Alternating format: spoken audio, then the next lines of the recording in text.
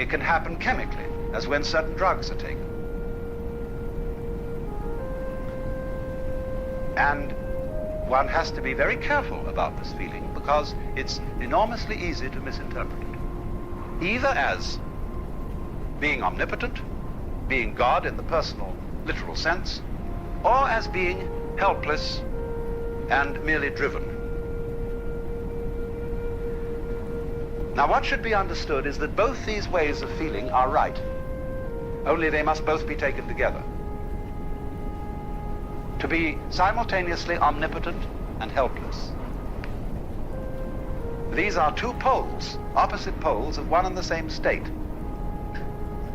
Because the message that is coming through, and that we find difficulty in understanding because it's contrary to our common sense, contrary to our whole history and conditioning, the message that's coming through is you as a living organism and all that is going on in your environment constitute a single process.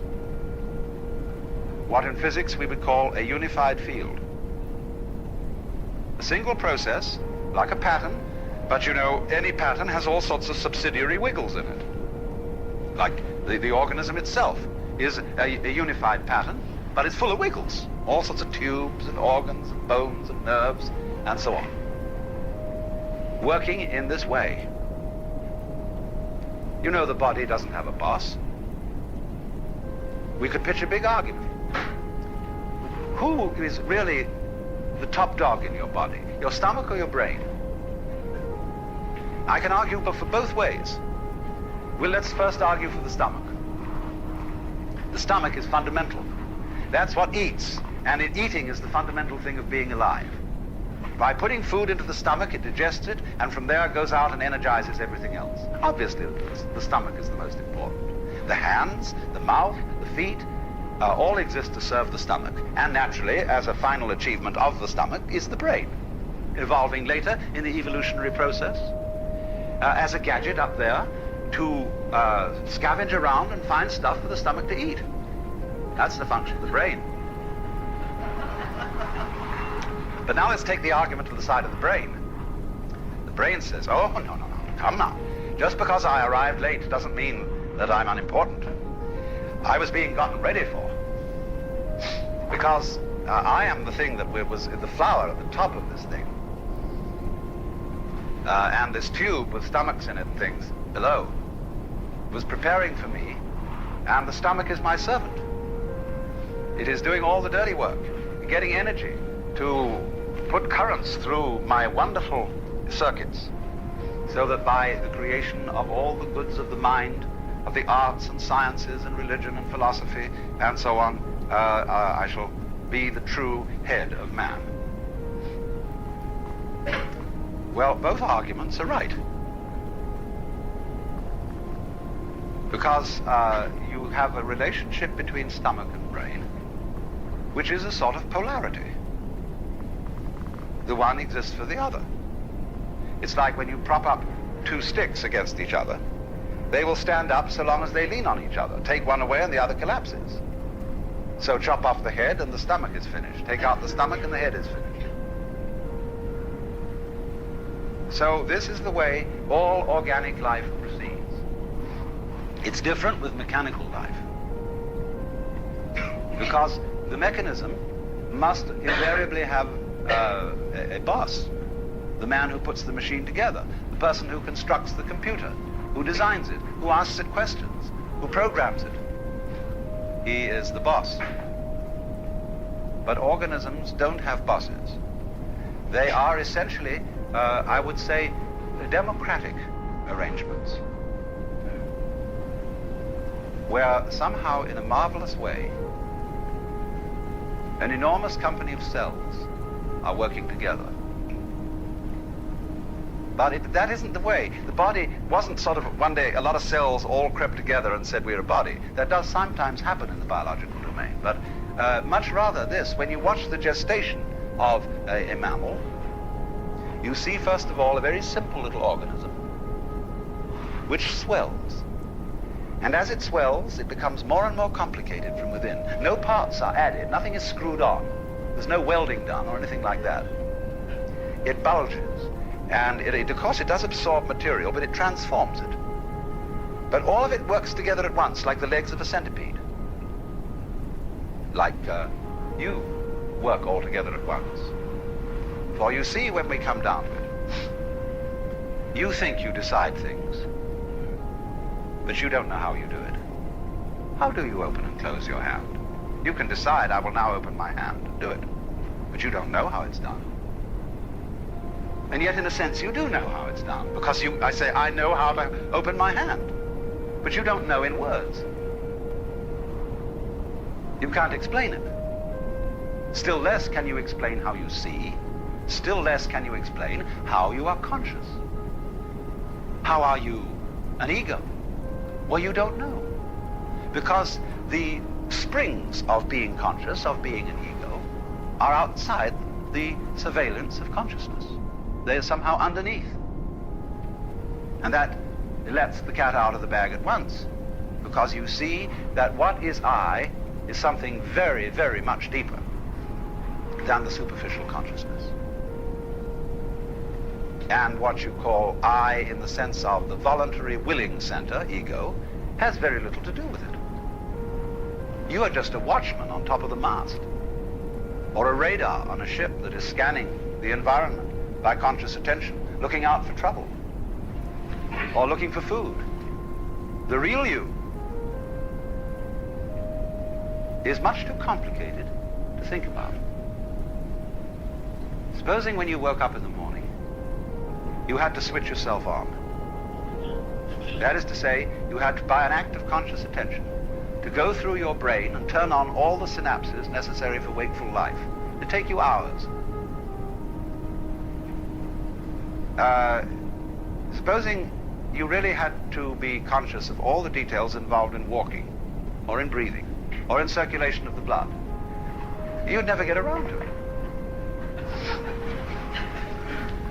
So you see, when we inspect the physical world with conscious attention, the first thing that strikes us is that the physical world is extraordinarily complicated. How can it possibly be organized? But actually, the physical world is not complicated at all.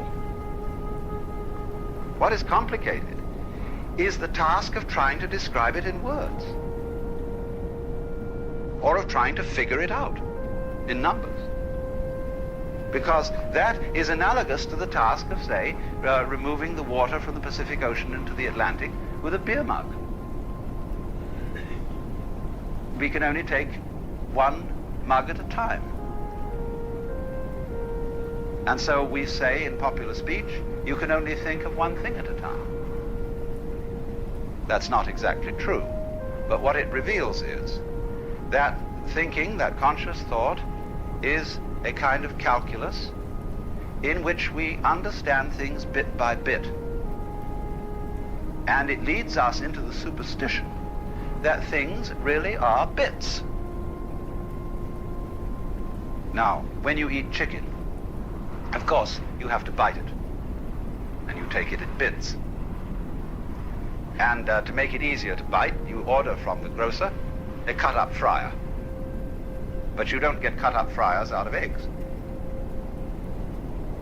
Because you see, although we can speak of a chicken, an egg, or a body, it is not actually a bit. It hasn't been bitten off, except for purposes of thinking.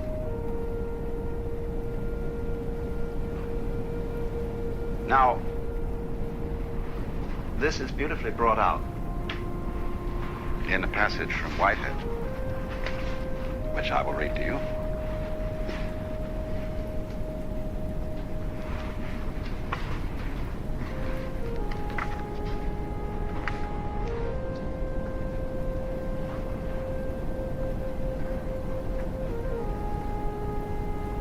He's discussing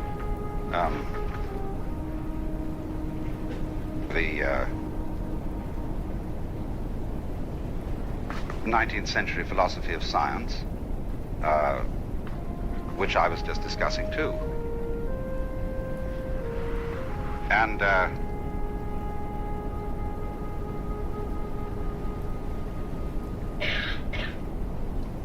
He's saying in this philosophy,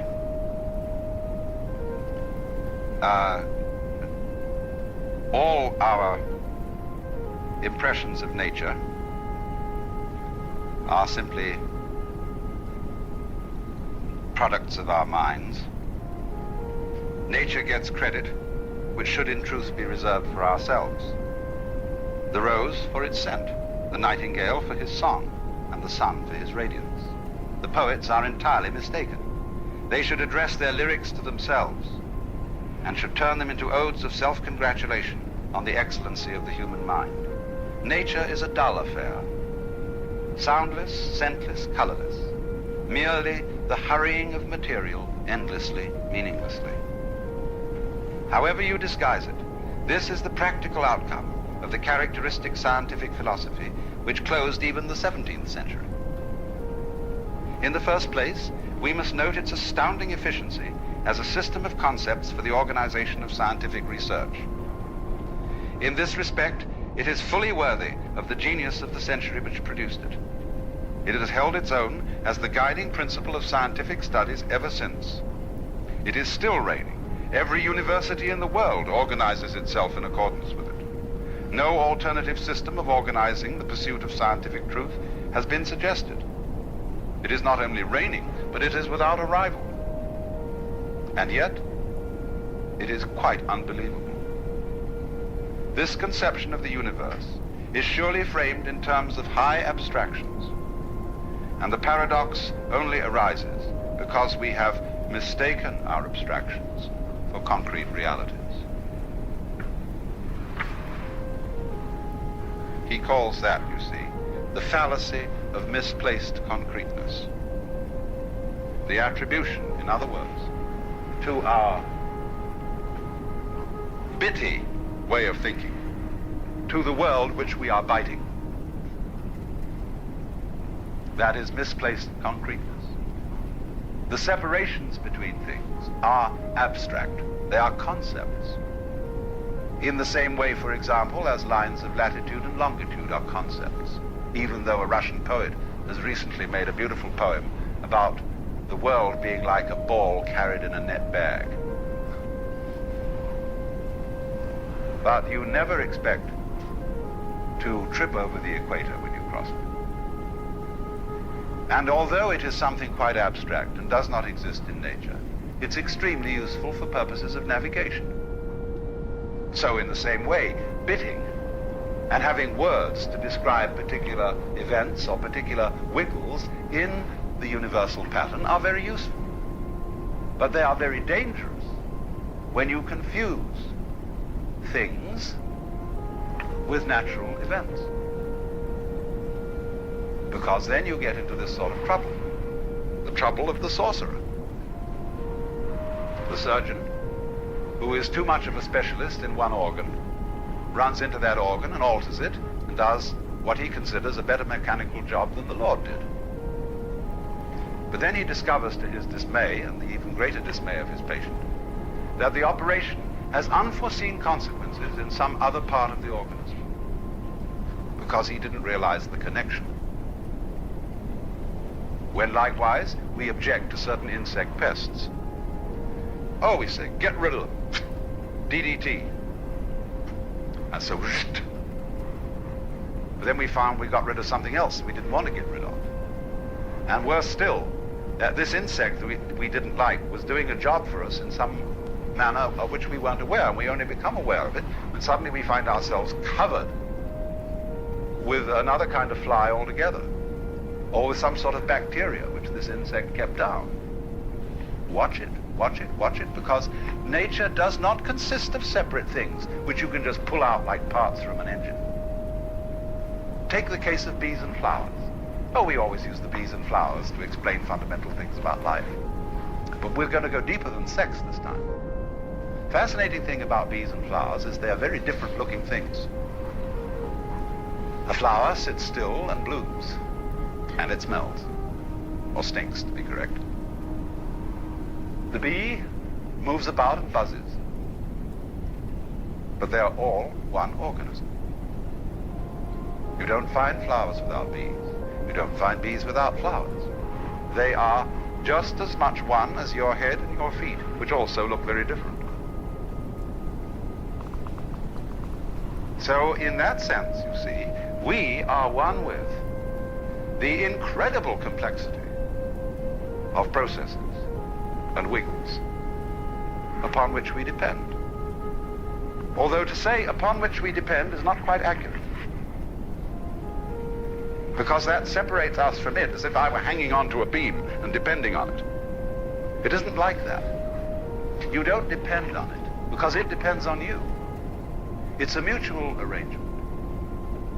And it isn't that one bit of this sort of came first, although that sometimes happens. But it's always there in potentiality, what came later. But it's rather in the same way that when a flower opens, you see all the different petals extending simultaneously, especially when you watch a fast motion movie of a flower opening.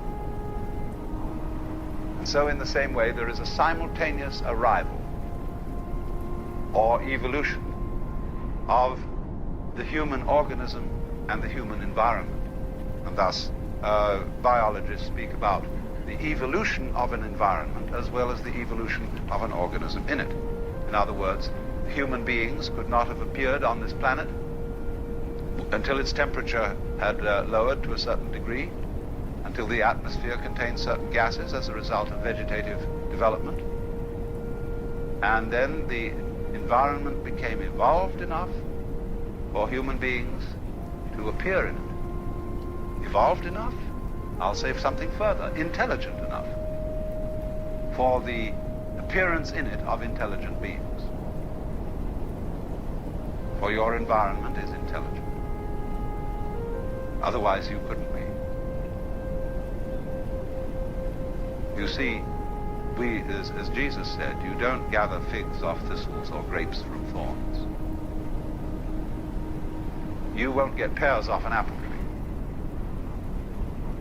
So, you won't find people except on a people tree. And this planet, this solar system, this galaxy is peopling in exactly the same way that an apple tree apples.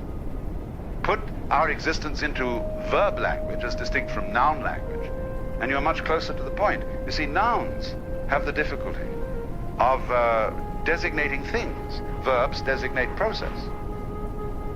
Now, everything is a process, really. When we speak of housing for houses, matting for mats, we're getting there. The Nootka Indians have a language in which there are no nouns. So they say, it houses, and then they add an adverb to show whether it houses religiously, homily, or marketingly. And so they see the world as the flow.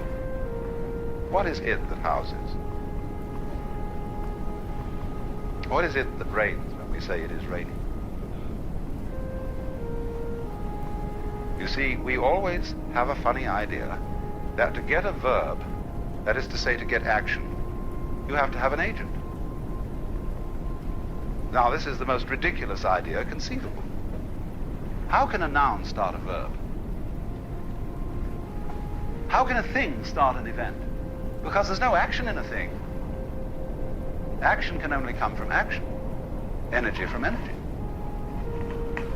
You can't get energy from a concept, because nouns are all concepts. They're abstract, really. It's only verbs that are concrete, because the world is process. Now, common sense insists that the pattern of the world must be made of something, because we still think with Aristotle's common sense, or with the imagery of the book of Genesis, where God made Adam out of the clay. In other words, he made a clay figurine and breathed breath into it, and it became alive. And so we constantly think that we as are made of flesh, as if flesh was some sort of stuff like clay out of which you shape bodies, or like you make tables out of wood. Are trees made out of wood? What a ridiculous question. Trees are wood. They're not made of wood. And it's simply this artifact thing that gives us the idea of the world being made out of something. It isn't made out of anything. And so when physics tries to investigate what is the stuff of matter, they can't find any. Because you can never talk about anything except a process. You can describe what a process is doing. You can describe the structure, the nature of the dance, whether it's doing a waltz or a mazurka or the frog or whatever it is. And then you can describe that melody, shall we say, what it is performing. But there is nothing doing performing at all. And there is no stuff out of which it's being done, because when you examine stuff, you just find more patterns. See, what you mean by stuff is fuzz. When you look at something with a lens and you're out of focus, you see fuzz. But when you come into focus, you see structure. All right, now, the structure is made of all sorts of little lines and things. You can see them and you want to know what are they made of. So you turn up the magnification, and for a while you get a lot of fuzz, but when you're clear again, you see that those little lines are also made of more little lines, more structure. And big patterns have little patterns upon their back divided, and so on. And that's the way it goes. So suddenly you feel rather insecure because stuff has disappeared. There's a famous story about a physicist who understood this so well that he always went about in the most enormous padded shoes because he was afraid of falling through the floor.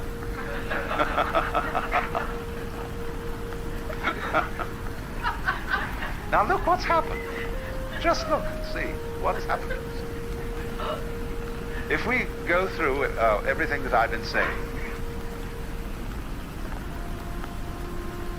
we find, first of all, that the thing that we thought was I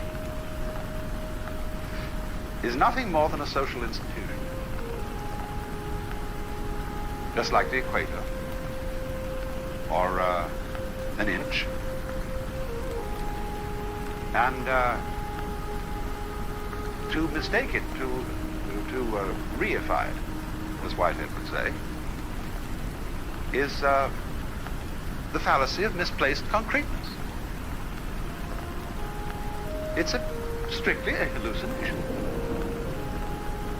And any certain amount of psychological self-exploration shows this to be the case.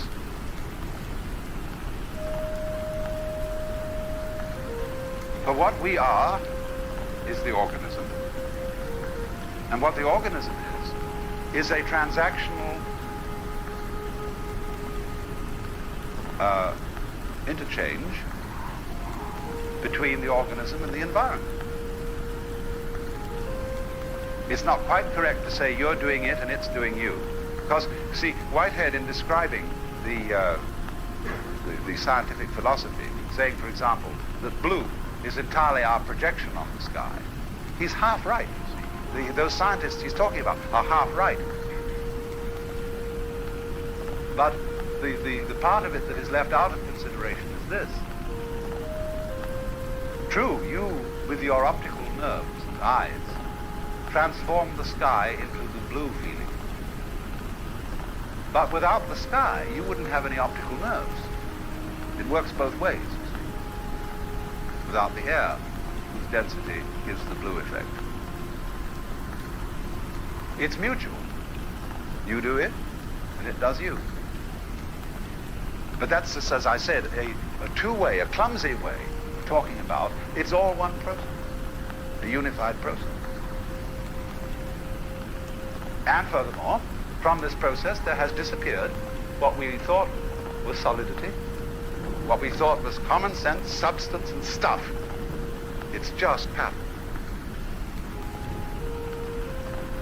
And at once one feels sort of ghostly, as if you could be easily blown away. And that's why the Hindus call the universe the Maya, which means the illusion. Don't forget, illusion is related to the Latin word ludere, to play. So the play, the big act.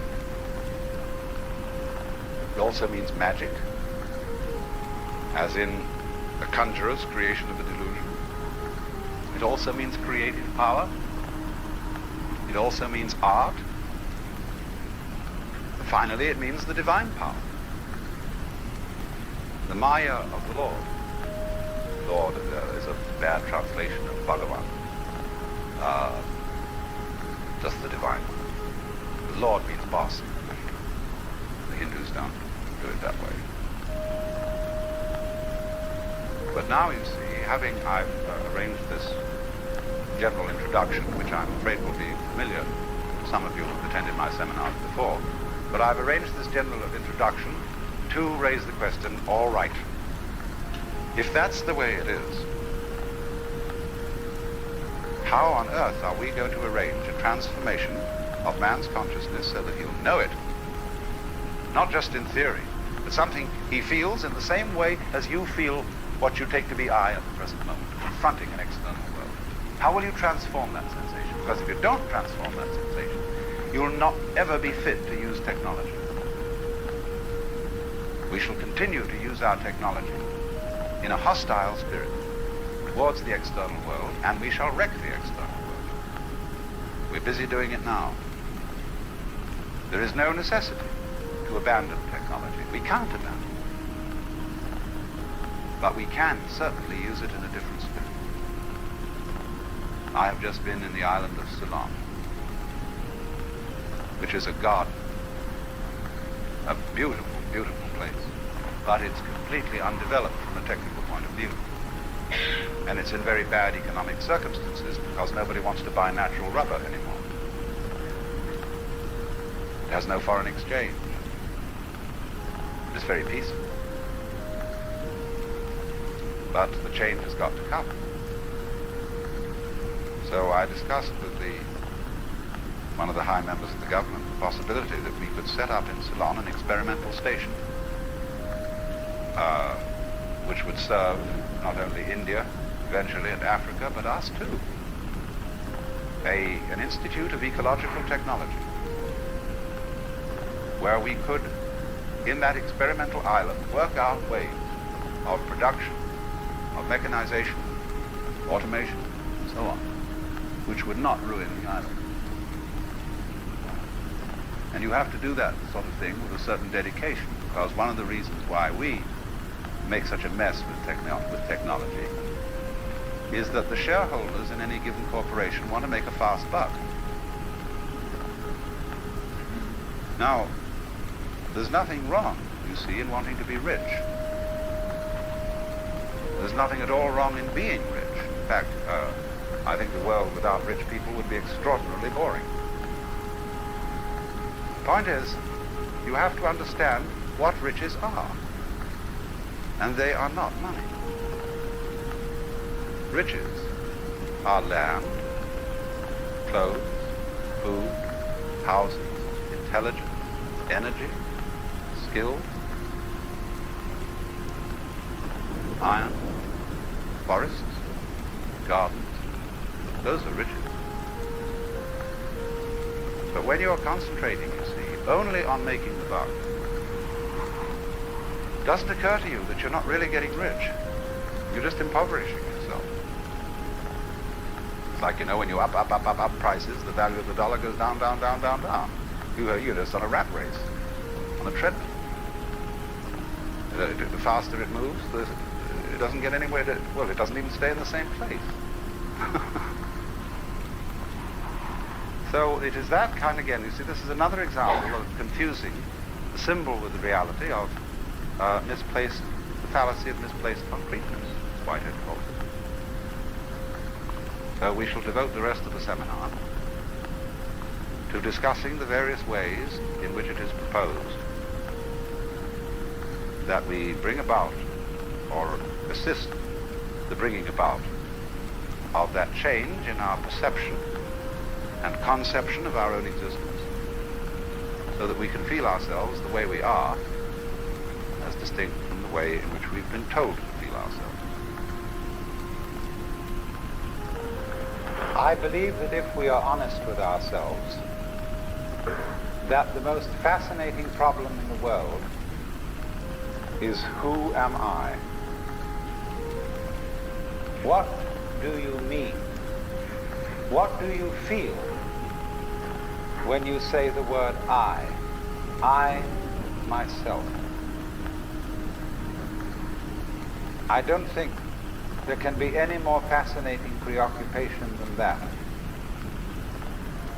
because it's so mysterious, it's so elusive. Because what you are in your inmost being escapes your examination in rather the same way that you can't look directly into your own eyes without using a mirror, you can't bite your own teeth, and you can't touch the tip of this finger with the tip of this finger. And that's why there's always an element of profound mystery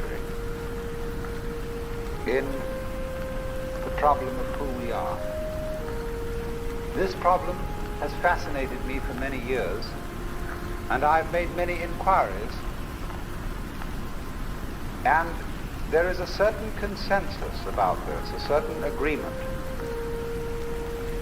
especially among people who live in Western civilization. Most of us feel I, ego, myself, my source of consciousness, to be a center of awareness and a source of action that resides in the middle of a bag of skin. And so we have what I have called the conception of ourselves as a skin-encapsulated ego. Now, it's very funny how we use the word I. We don't say, I beat my heart, in the same way as we say, I walk, I think, I talk. We feel that our heart beats itself, and that has nothing very much to do with I. In other words, we don't regard I myself as identical with our whole physical organism. We regard it as something inside it. And most Western people locate their ego inside their heads. You are somewhere between your eyes and between your ears, and the rest of you dangles from that point of reference. It is not so in other cultures. When a Chinese or Japanese person wants to locate the center of himself, he points here to what Japanese call the kokoro, or the Chinese call shin, the heart, mind. Some people also locate themselves in the solar plexus. But by and large, we locate ourselves behind the eyes and somewhere between the ears. We speak of coming into this world.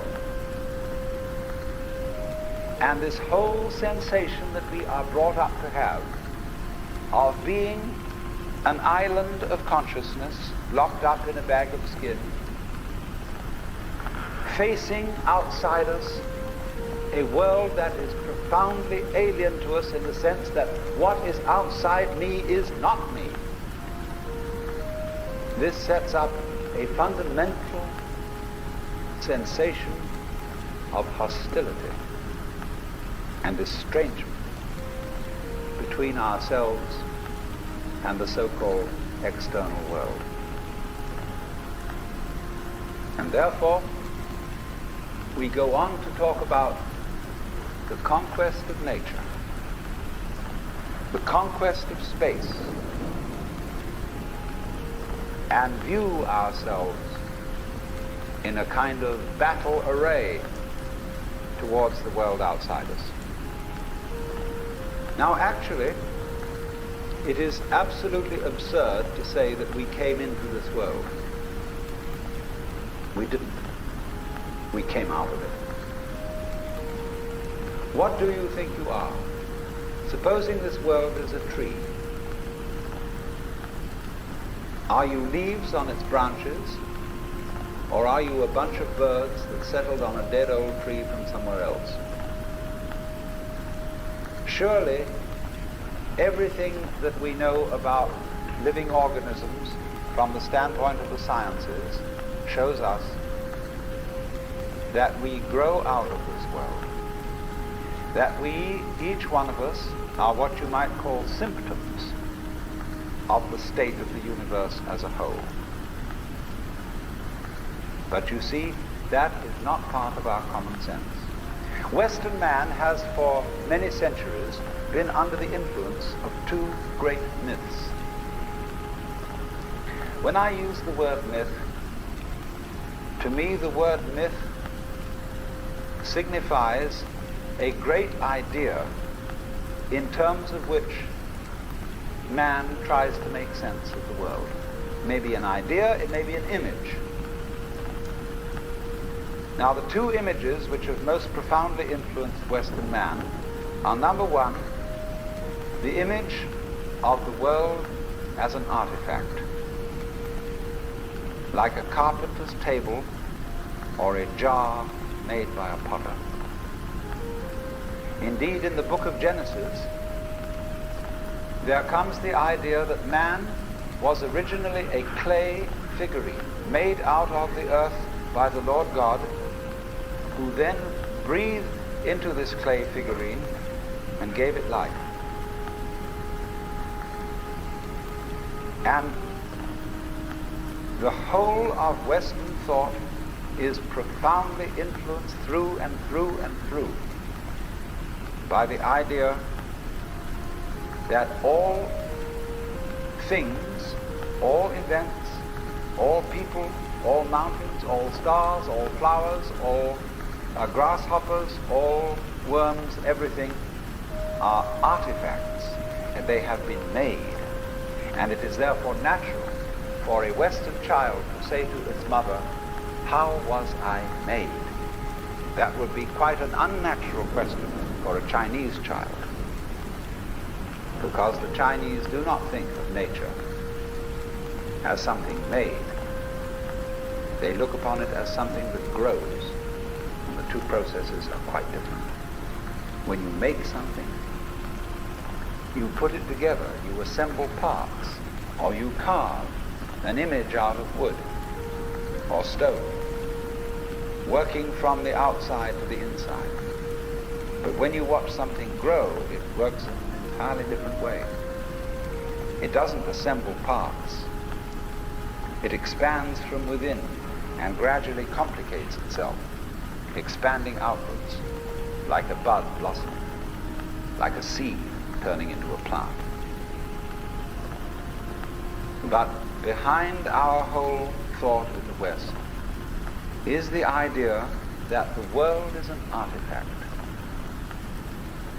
that it is put together by a celestial architect, carpenter, and artist, who therefore knows how it was done. Because as we have in popular theology understood the Lord God, he is the mastermind who knows everything. And if you ask the Lord God exactly how high is Mount Whitney to the nearest millimeter, he would know exactly like that and would tell you. Any question. The Cosmic Encyclopedia Britannica.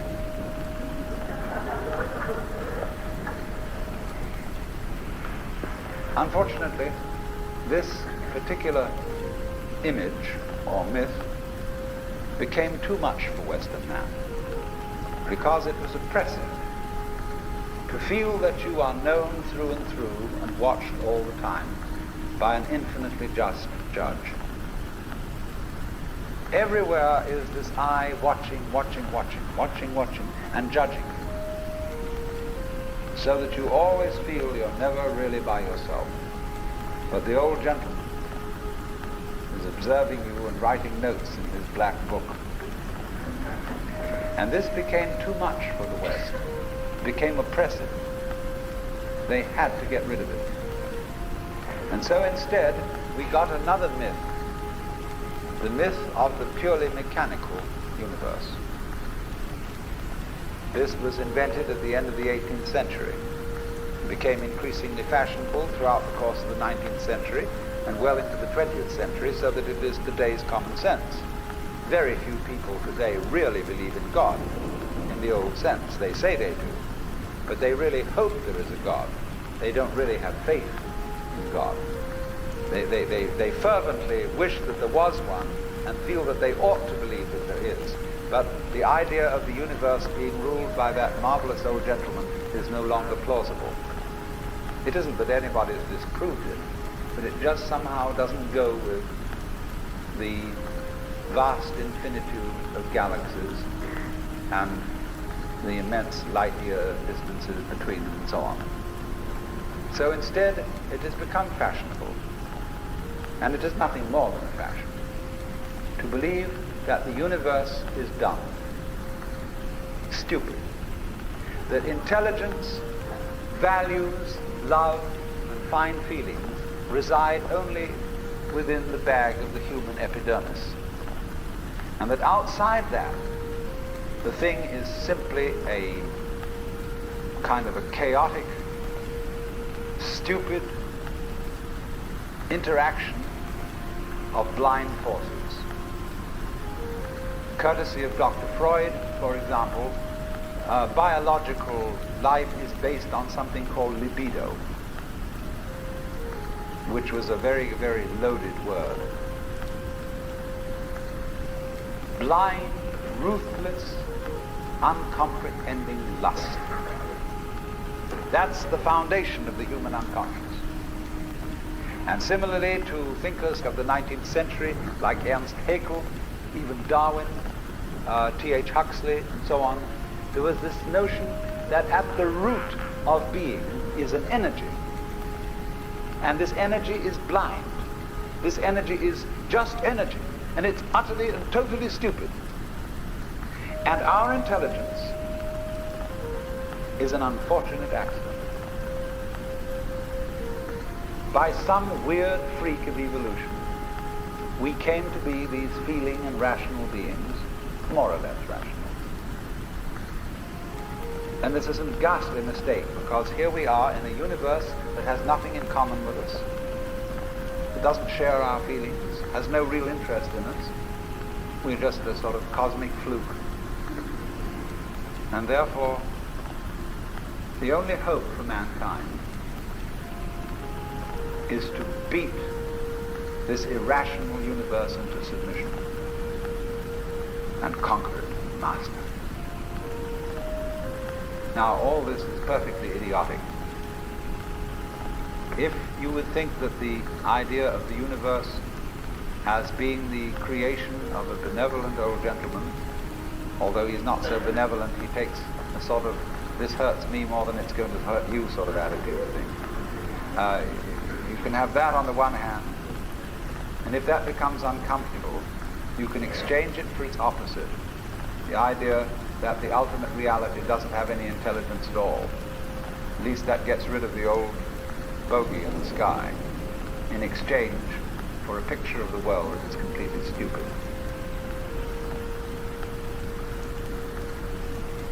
Now, these ideas don't make any sense, especially the last one, because you cannot get an intelligent organism, such as a human being, out of an unintelligent universe. The saying in the New Testament that figs do not grow on thistles nor grapes on thorns applies equally to the world. You do not find an intelligent organism living in an unintelligent environment. Look,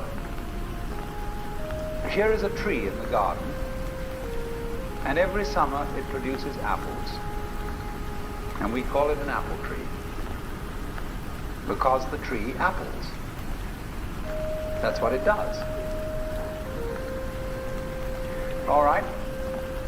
Now here is a solar system inside a galaxy, and one of the peculiarities of this solar system is that at least on the planet Earth, the thing peoples. just the same way that an apple tree apples. Now, maybe 2 million years ago, somebody came from another galaxy in a flying saucer and had a look at this solar system, and they looked it over and shrugged their shoulders and said, just a bunch of rocks. And they went away. Later on, maybe 2 million years later, they came around and they looked at it again. And they said, excuse me, we thought it was a bunch of rocks, but it's peopling. And it's alive, after all. It has done something intelligent. Because you see, we grow out of this world in exactly the same way that the apples grow on the apple tree. If evolution means anything, it means that. But you see, we curiously twist it. We say, well, first of all, in the beginning, there was nothing but gas and rock. And then intelligence happened to arise in it, you know, like a sort of fungus or slime on the top of the whole thing. But we're thinking in a way, you see, that disconnects the intelligence from the rocks. Where there are rocks, watch out. Watch out, because the rocks are going eventually to come alive. And they're going to have people crawling over them. It's only a matter of time. Just in the same way as the seed, the acorn, is eventually going to turn into the oak, because it has the potentiality of that within it. Rocks are not dead. You see, it depends on what kind of attitude you want to take to the world. If you want to put the world down, you say, oh, well, fundamentally it's only just a lot of geology. It's a stupidity. And it so happens that it's a kind of a freak comes up in it which we call consciousness. And that's an attitude that you take when you want to prove to people that you're a tough guy, that you're realistic, that you face facts, and that you don't indulge in wishful thinking. It's just a matter of role-playing. And you must be aware of these things. They are fashions in the intellectual world. On the other hand, if you feel warm-hearted towards the universe, you put it up instead of putting it down, and you say about rocks, they're really conscious, but a very primitive form of consciousness. Because after all, when I take even this crystal here, which is glass, and go, well, it makes a noise. And that response, that resonance, is an extremely primitive form of consciousness. Our consciousness is much more subtle than that.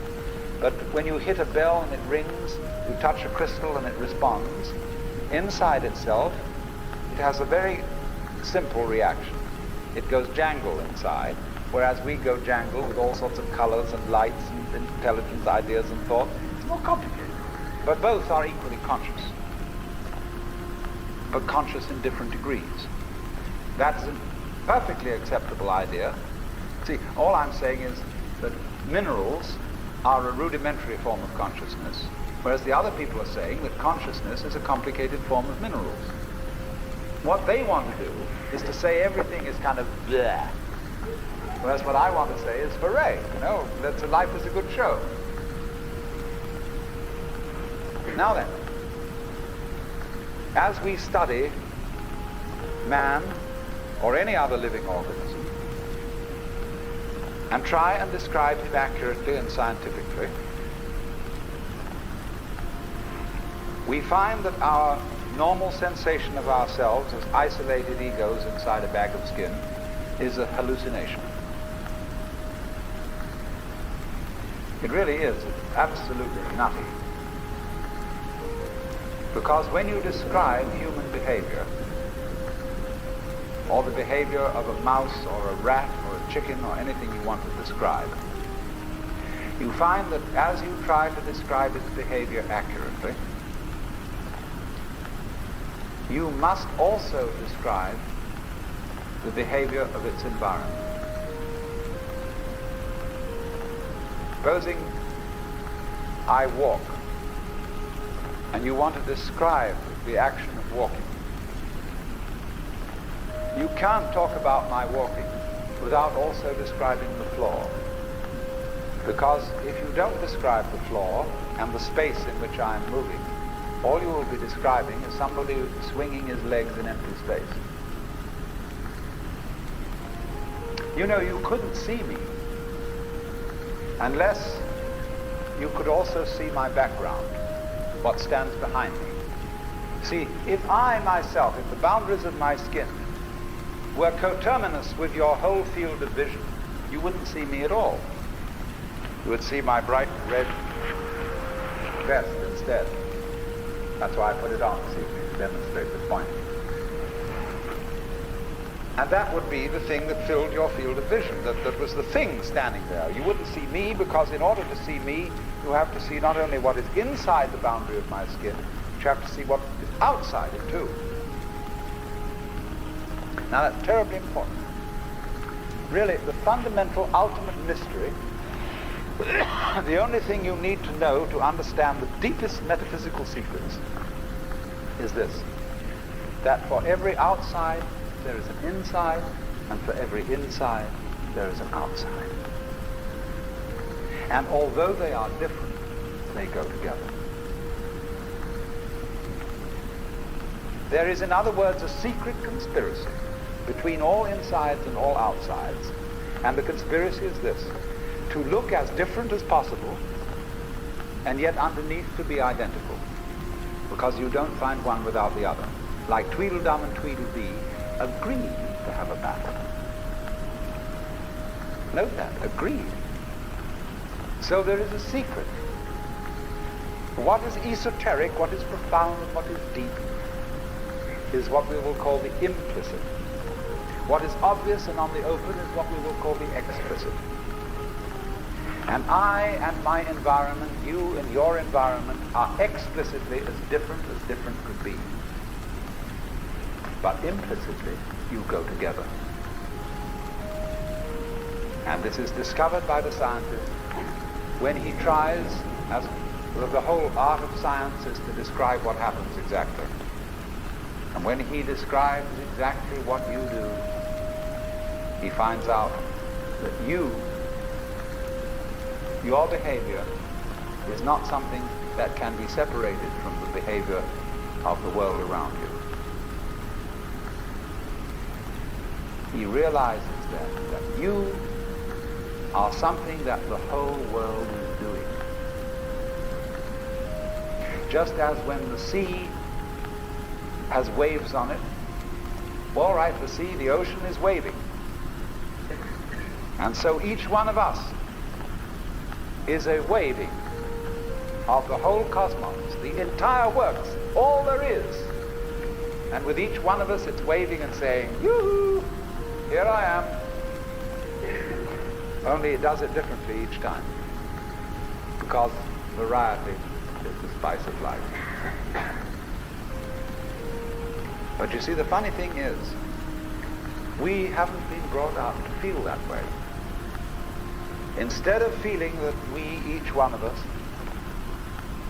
are something that the whole realm of being is doing, we feel that we are something that has come into the whole realm of being as a stranger.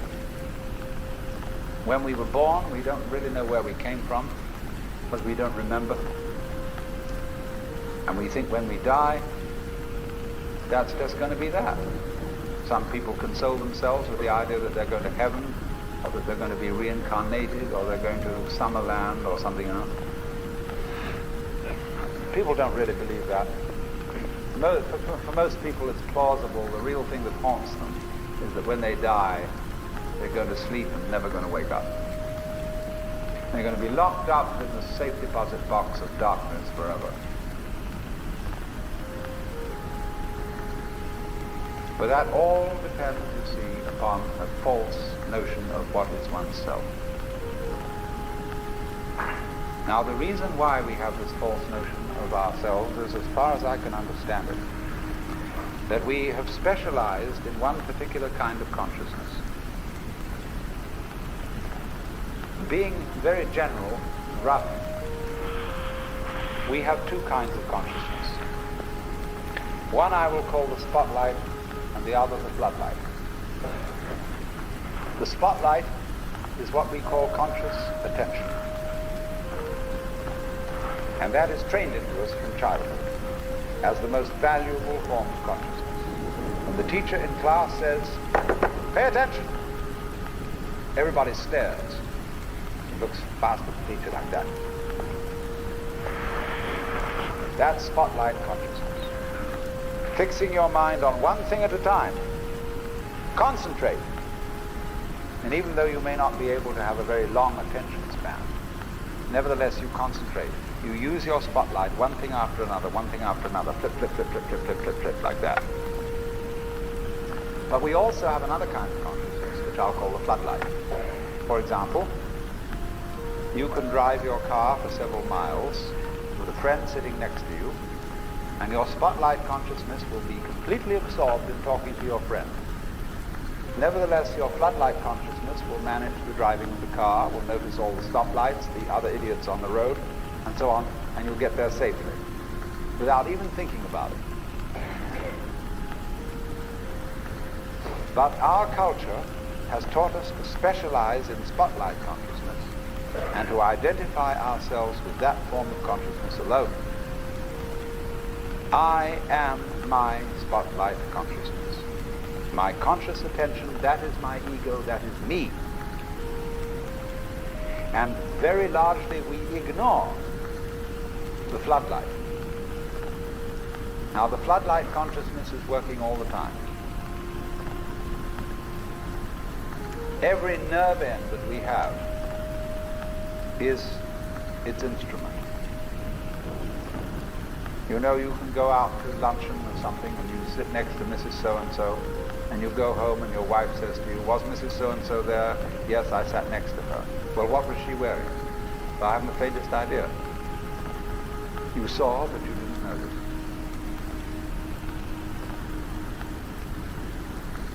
Now, because we have been brought up to identify ourselves with the spotlight consciousness, and the floodlight consciousness is undervalued, we have this sensation of ourselves as being just the spotlight. Just the ego that looks and attends to this and that and the other. And so we ignore and are unaware of the vast, vast extent of our being. People who by various methods become fully aware of their floodlight consciousness have what is called a mystical experience, or a cosmic consciousness, or what the Buddhists call bodhi, awakening. The Hindus call moksha, liberation, because they discover that the real deep, deep self, that which you really are, fundamentally and forever, is the whole of being. All that there is, the works, that's you. Only that universal self that is you has the capacity to focus itself at ever so many different here and nows. So when you use the word I, this, as William James said, is really a word of position, like this or here. Just as a sun or star has many rays, so the whole cosmos expresses itself in you, and you, and you, and you, and you, with all the different variations. It plays games. It plays the John Doe game, the Mary Smith game. It plays the beetle game, the butterfly game, the bird game, the pigeon game, the fish game, the star game. Just like these are games that differ from each other, just like backgammon, whist, bridge, poker, pinochle, or like waltz, mazurka, minuet, and so on. It dances with infinite variety. But every single dance that it does, that is to say, you is what the whole thing is doing. But you see, we forget it. We don't know. We're brought up in a special way so that we are unaware of the connection, unaware that each one of us is the works, playing it this way for a while. And so we have been taught to dread death, as if that were the end of the show. It won't happen anymore. And therefore to be afraid of all the things that might bring about death, pain, sickness, suffering. And if you don't know, see, if you're not really vividly aware of the fact that you are basically the works, you have no real joy in life. You're just a bundle of anxiety mixed up with guilt. Because you see, when we bring children into the world, we play awful games with them. Instead of saying, how do you do? Welcome to the human race. Now, my dear, we are playing some very complicated games. And these are the rules of the game we're playing. I want you to understand them, and then you learn them, and then when you get a little bit older, you may be able to think up some better rules. Instead of being quite direct with our children, instead we say, so here you are. It's a nasty baby anyhow. You're here on probation, you understand that? And maybe when you grow up a bit, you'll be acceptable. But until then, you should be seen and not heard. You're a mess. And you've got to be educated and schooled and whipped until you're human. So that these attitudes which are inculcated into us in infancy go on into old age. The way you start out is liable to be the way you finish. So people going around fundamentally feeling that they don't belong. Because their parents said to them in the first place, look, you don't really belong here. You're here on sufferance. You're on probation. You're not a human being yet. And people feel this right on into old age.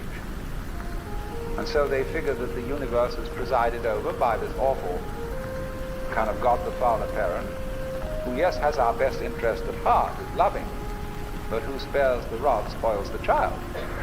Whom the Lord loveth, he chastens. So everybody's sort of, when's it going to hit next? And so don't feel that they belong. So we get this ghastly, what I call Christian ego, a little bit Jewish too.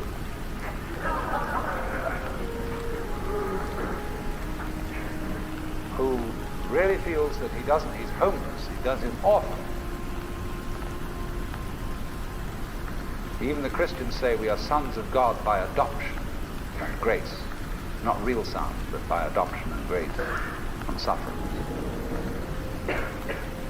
And so comes the sensation, so characteristic of Western man and indeed of all highly civilized people, of being a stranger in the earth, a momentary flash of consciousness between two eternal blacknesses. And therefore, in constant contentiousness with everything around you, not only with other people, but with the earth, with the waters, and the symbol of it all in our culture is the bulldozer.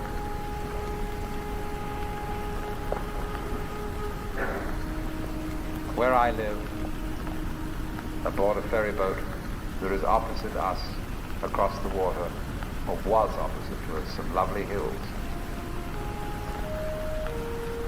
They are going to put houses there. but they're going to try and put the sort of houses you would find in the suburban tract lot on a hill, of all things. Because a good architect can make a house fit the hill. He doesn't have to destroy the hill to put a house on it. And if you want to live on a hill, obviously you want to live on a hill. And you don't want to destroy the hill by virtue of living on it. But that's what they do, especially in California. The Texas is kind of flat, and they don't have to do that kind of thing. In California, where we've got lots of hills, they always scrape the tops off them till they're perfectly flat. And then they put houses on, and then they scrape them off in terraces all the way down. They upset the ecology of the hill, and eventually all the houses fall down. And so what? But by that time the payments have been made. But that's because the builder doesn't feel that the external world is his own body. It is. The external world is your own body extended. So he, instead of going up to the hill and saying, "Good afternoon, I very much want to live here, and I would want to like to know what kind of house you would like to have built on you." An intelligent architect always does that. Instead of that, he has a prejudice about what kind of a house is a house. And he has to make the hill submit to this prejudice. So he has to ruin the hill and get rid of it, pretty much, and put the house on. He's absolutely out of his mind. And he's out of his mind because he doesn't realize that the external world is his body. When he realizes that, he'll get his mind back. It is believed generally in India that when a person sets out on the way of liberation, his first problem is to become free from his past karma. The popular theory of karma, the word that literally means action or doing in Sanskrit, so that when we say that something that happens to you is your karma, it's like saying in English it's your own doing. But in popular Indian belief, karma is a sort of built-in moral law, or a law of retribution, such that all the bad things you do and all the good things you do have consequences which you have to inherit. And so long as karmic energy remains stored up, you have to work it out. And what the sage endeavors to do is a kind of action which in Sanskrit is called nishkama karma. Nishkama means without passion or without attachment, karma, action.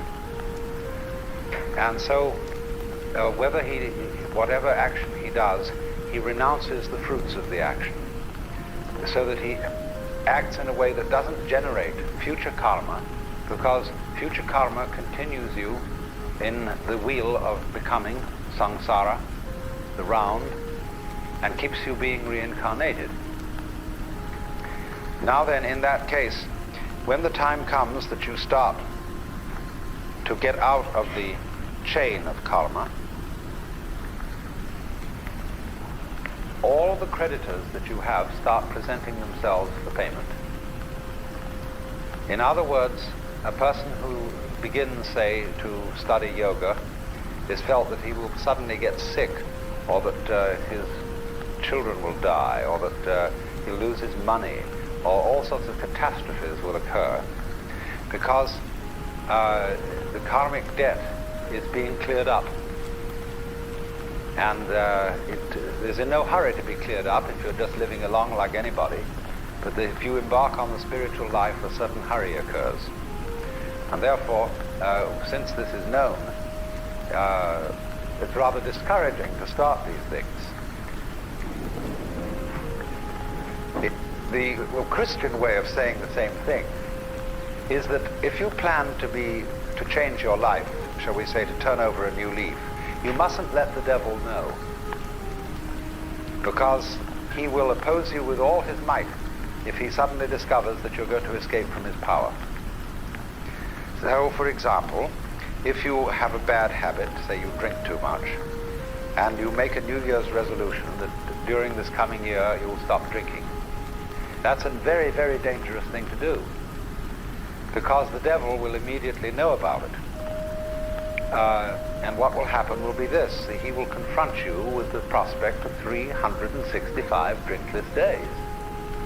And that will be awful, just overwhelming. And you won't be able to make much more than 3 days on the wagon. So in that case, you compromise with the devil and say, just today I'm not going to drink, you see, but tomorrow maybe, we'll go back. Then when tomorrow comes, you say, oh, just another day, let's try out, that's all. And the next day you say, oh, one more day won't make much difference. So you only do it for the moment, and you don't let the devil know that you have a secret intention of going on day after day after day after day. But of course, there's something still better than that. And that is not to let the devil know anything. And that means, of course, not to let yourself know. One of the many meanings of that saying, let not your left hand know what your right hand doeth, is just this. And that was why in Zen discipline, a great deal of it centers around acting without premeditation. As those of you know who read Herrigel's book, Zen in the Art of Archery, it was necessary to release the bowstring without first saying, now. There's a wonderful story, you may also have read, by a German writer, von Kleist, about a boxing match with a bear. The man can never defeat this bear because the bear always knows his plans in advance and is ready to deal with any situation.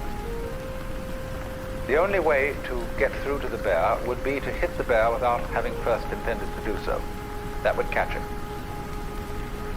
And so this is one of the great, great problems in the spiritual life, or whatever you want to call it, is to be able to have intention and act simultaneous. By this means you escape karma and you escape the devil.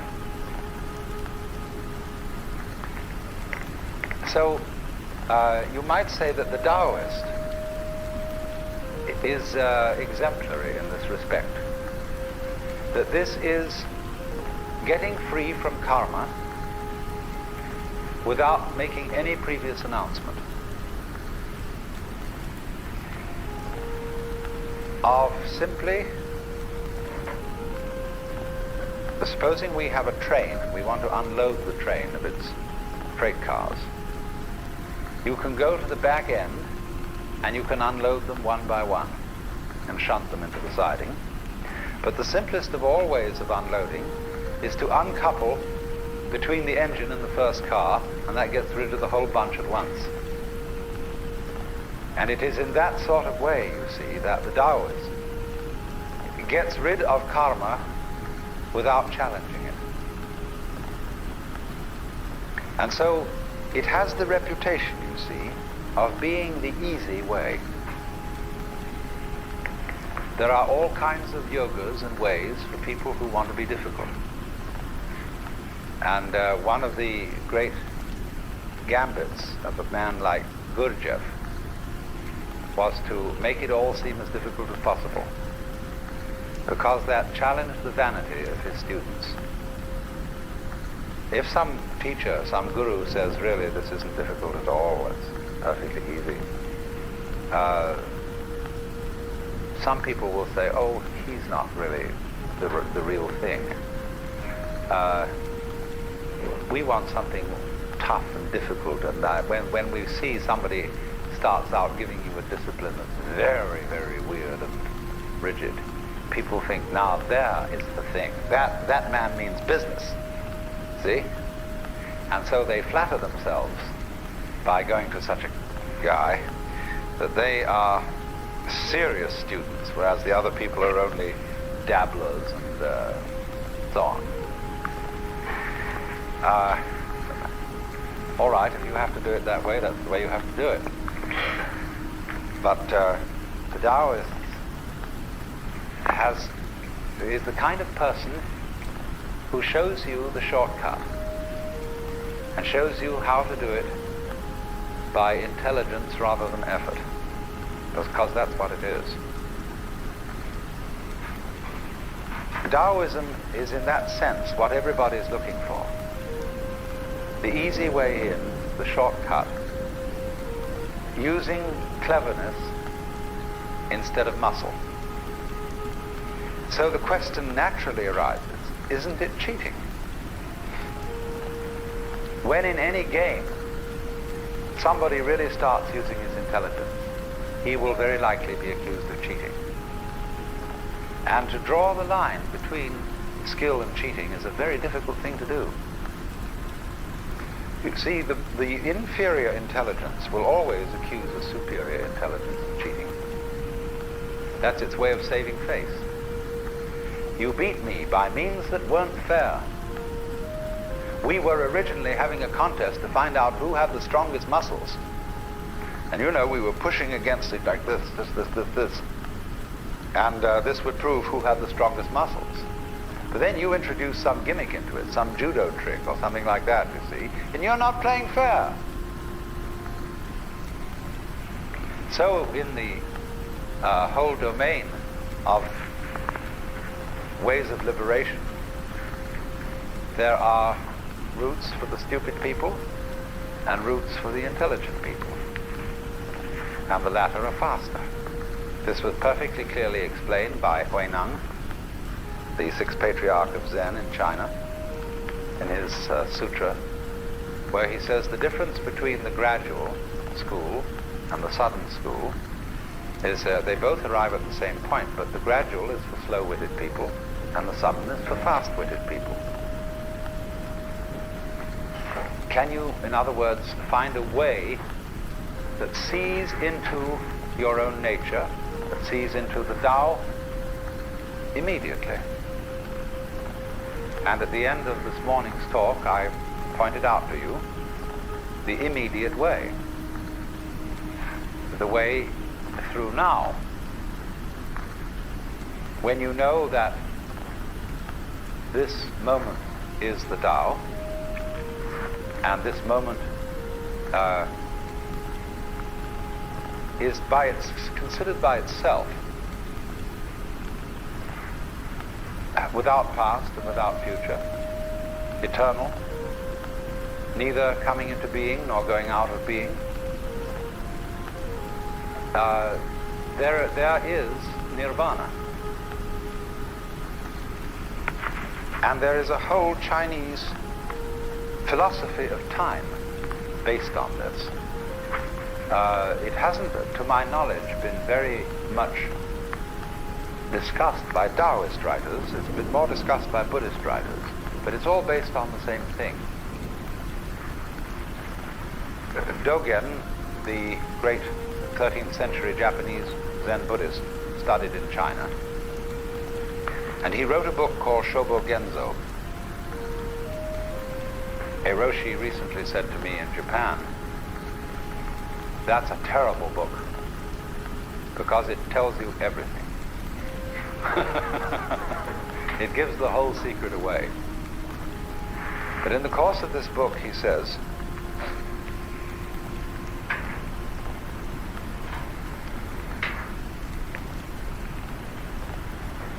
there is no such thing as a progression in time. The spring does not become the summer. There is first spring, and then there is summer. So in the same way, you now do not become you later. This is T.S. Eliot's idea in 4 Quartets, where he says that the person who has settled down in the train to read the newspaper is not the same person who stepped onto the train from the platform. And therefore also you who sit here are not the same people who came in at the door. These states are separate, each in its own place. There was the coming in at the door person, that there is actually only the here and now sitting person.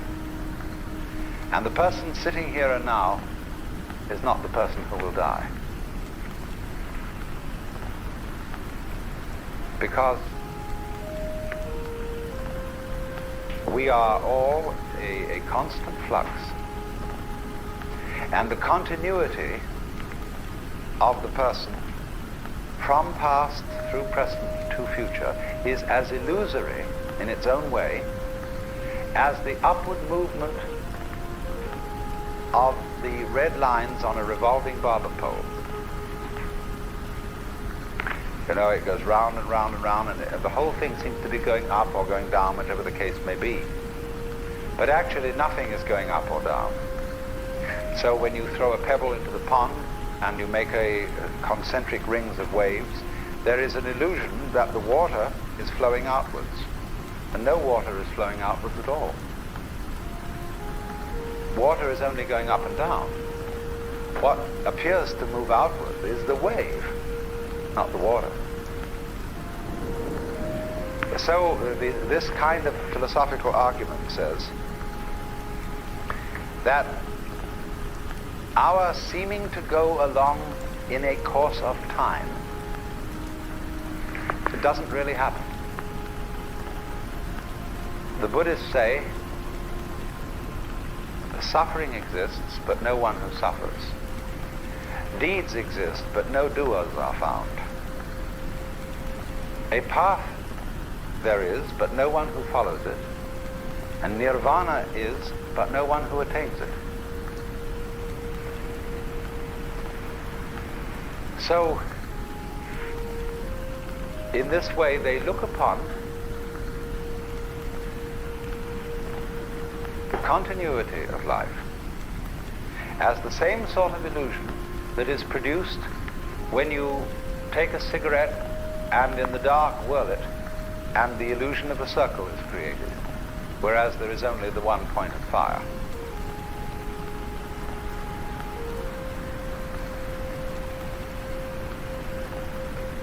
The argument then is, so long as you're in the present, there aren't any problems. The problems exist only when you allow presence to amalgamate. There's a way of putting this in Chinese, which is rather interesting. They have a very interesting sign. This. It's pronounced nyan. Japanese nen. And the top part of the character means now, and the bottom part means the mind-heart, the shin.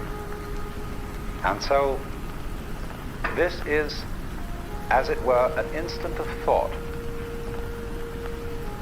In Sanskrit, they use this character as the equivalent for the Sanskrit word shana. Then if you double this character, put it twice, or 3 times, and I'll write the Chinese for ditto.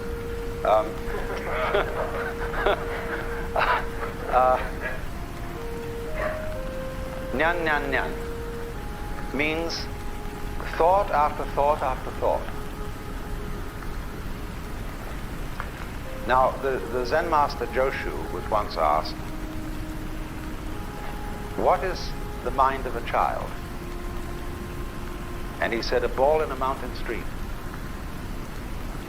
What do you mean by a ball in a mountain stream? He said, thought after thought after thought with no block.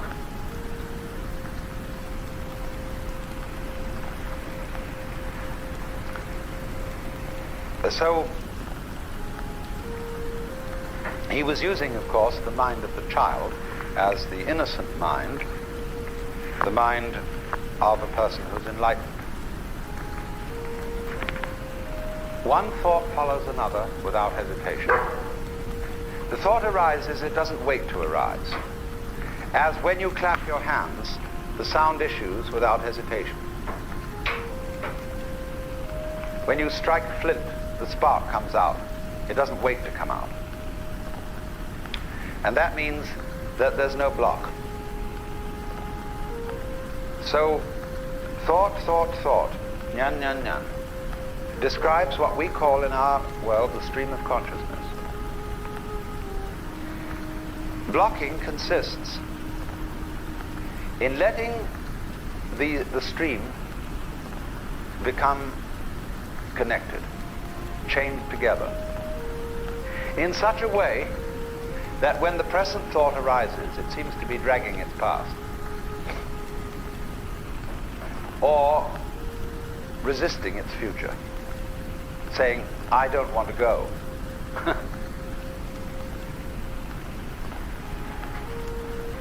When then the connection, the dragging, it's better to call it, of these thoughts drops, you've broken the chain of karma. If you think of this in comparison with certain problems in music, it's very interesting. Because when we listen to music, we hear melody only because we remember the sequence. We hear the intervals between the tones, but more than that, we remember the tones that led up to the one we are now hearing. And we are trained musically to anticipate certain consequences. And to the extent that we get the consequences we anticipate, we feel that we understand the music. But to the extent that the composer does not adhere to the rules and gives us unexpected consequences, we feel that we don't understand the music. And if he gives us harmonic relationships, which we are not trained to accept, that is to say, to expect, we say, well, this man is just writing garbage. But of course, it becomes apparent that the perception of music, the ability to hear melody, will depend upon a relationship between past, present, and future sounds. And you might say, well, you're talking about a way of living that would be equivalent to listening to music with a tone-deaf mind. So that you would eliminate the melody and have only noise. And so in your Taoist way of life, you would eliminate all meaning and have only senseless present moments.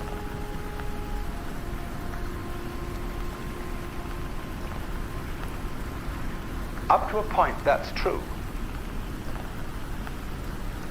That is, in a way, what Buddhists also mean by seeing things in their suchness.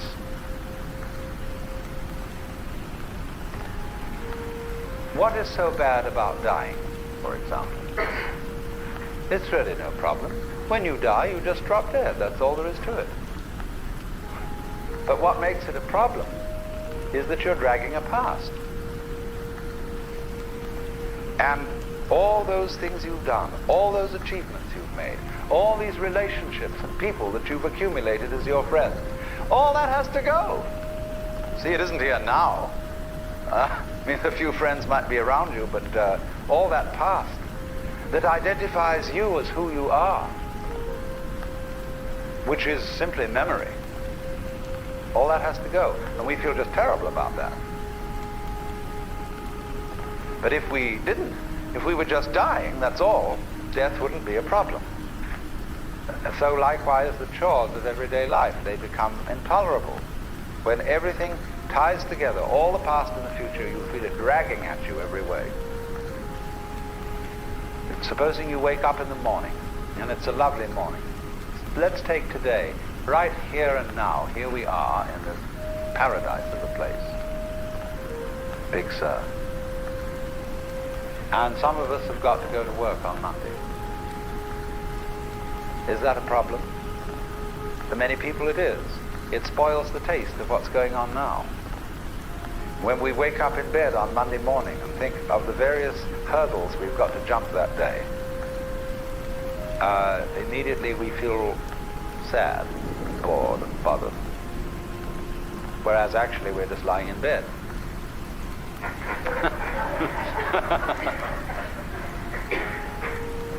So the Taoist trick says, simply live now and there will be no problems. That's the meaning of the Zen saying, when you are hungry, eat. When you are tired, sleep. When you walk, walk. When you sit, sit. Rinzai, the great Tang Dynasty master, said, in the practice of Buddhism, there is no place for using effort.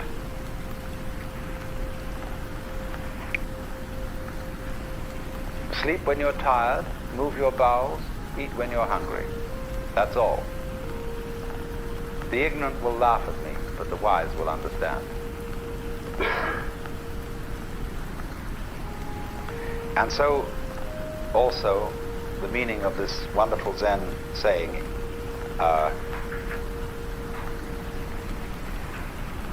day, that's the characters of the sun, day, that is,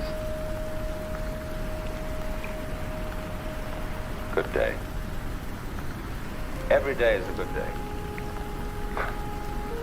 On condition, you see, that day is like nyan nyan. They come one after another, and yet there's only this one.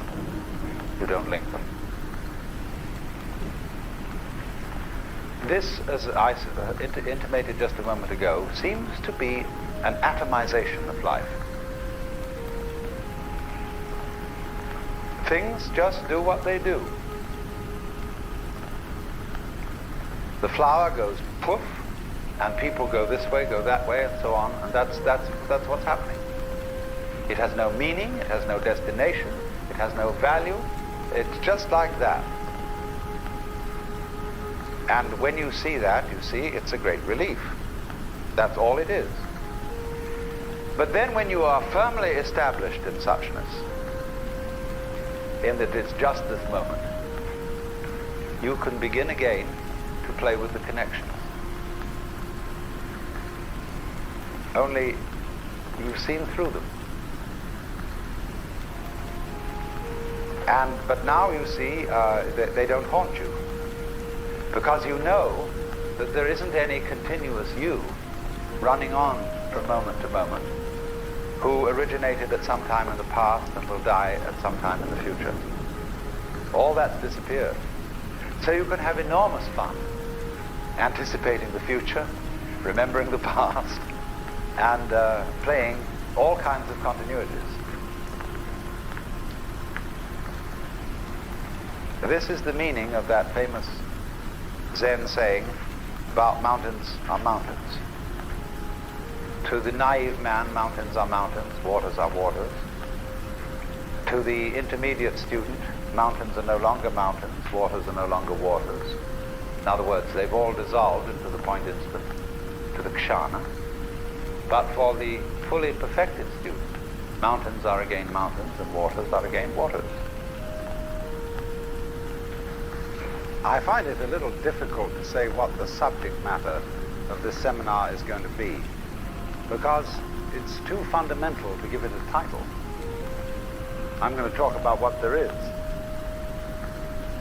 Now, the first thing, though, that we have to do is to get our perspectives with some background about the basic ideas which, as Westerners living today in the United States, influence our everyday common sense, our fundamental notions about what life is about. And there are historical origins for this which influence us more strongly than most people realize. Ideas of the world which are built into the very nature of the language we use and of our ideas of logic and of what makes sense altogether. And these basic ideas I call myth, not using the word myth to mean simply something untrue, but to use the word myth in a more powerful sense. A myth is an image in terms of which we try to make sense of the world. Now, for example, a myth in a way is a metaphor. If you want to explain electricity to someone who doesn't know anything about electricity, you say, well, you talk about an electric current. Now, the word current is borrowed from rivers, it's borrowed from hydraulics. And so you explain electricity in terms of water. Now, electricity is not water. It behaves actually in a different way, but there are some ways in which the behavior of water is like the behavior of electricity. And so you explain it in terms of water. Or if you're an astronomer and you want to explain to people what you mean by an expanding universe and curved space, you say, well, it's as if you had a black balloon, and there are white dots on the black balloon, and those dots represent galaxies. And as you blow the balloon up, uniformly, all of them grow and grow farther apart. But you're using an analogy. The actual universe is not a balloon with white dots on it. So in the same way, we use these sort of images to try and make sense of the world. And we at present are living under the influence of two very powerful images, which are, in the present state of scientific knowledge, inadequate. And one of our major problems today is to find an adequate, satisfying image of the world. Well, that's what I'm going to talk about. And I'm going to go further than that. Not only what image of the world to have, but how we can get our sensations and our feelings in accordance with the most sensible image of the world that we can manage to conceive. All right, now, the two images which we have been working under for 2,000 years and maybe more are what I would call two models of the universe. The first is called the ceramic model, and the second, the fully automatic model. The ceramic model of the universe is based on the book of Genesis, from which Judaism, Islam, and Christianity derive their basic picture of the world. And the image of the world in the book of Genesis is that the world is an artifact. It is made. As a potter takes clay and forms pots out of it, or as a carpenter takes wood and makes tables and chairs out of it. Don't forget, Jesus is the son of a carpenter, and also the Son of God. So the image of God and of the world is based on the idea of God as a technician, potter, carpenter, architect, who has in mind a plan and who fashions the universe in accordance with that plan. So basic to this image of the world is the notion, you see, that the world consists of stuff, basically. Primordial matter, substance, stuff, as pots are made of clay. Now, clay by itself has no intelligence. Clay does not of itself become a pot, although a good potter may think otherwise. Because if you were a really good potter, you don't impose your will on the clay. You ask any given lump of clay what it wants to become, and you help it to do that. And then you become a genius. But the ordinary idea I'm talking about is that simply clay is unintelligent. It's just stuff. And the potter imposes his will on it and makes it become whatever he wants. And so in the book of Genesis, the Lord God creates Adam out of the dust of the earth. In other words, he makes a clay figurine, and then he breathes into it, and it becomes alive. Because the clay becomes informed. By itself it is formless, it has no intelligence, and therefore it requires an external intelligence and an external energy to bring it to life and to put some sense into it. And so in this way, we inherit a conception of ourselves as being artifacts, as being made, and it is perfectly natural in our culture for a child to ask its mother, how was I made? Or who made me? And this is a very, very powerful idea, but for example, it is not shared by the Chinese or by the Hindus. A Chinese child would not ask its mother, how was I made? A Chinese child might ask its mother, how did I grow? Which is an entirely different procedure from making. You see, when you make something, you put it together, you arrange parts, or you work from the outside to the in, as a sculptor works on a stone, or as the potter works on clay. But when you watch something growing, it works in exactly the opposite direction. It works from the inside to the outside. It expands, it burgeons, it blossoms, and it happens all over itself at once. In other words, the original simple form, say, of a living cell in the womb, progressively complicates itself. And that's the growing process. And it's quite different from the making process. But we have thought historically, you see, of the world as something made in the idea being that trees, for example, are constructions, just as tables, houses are constructions.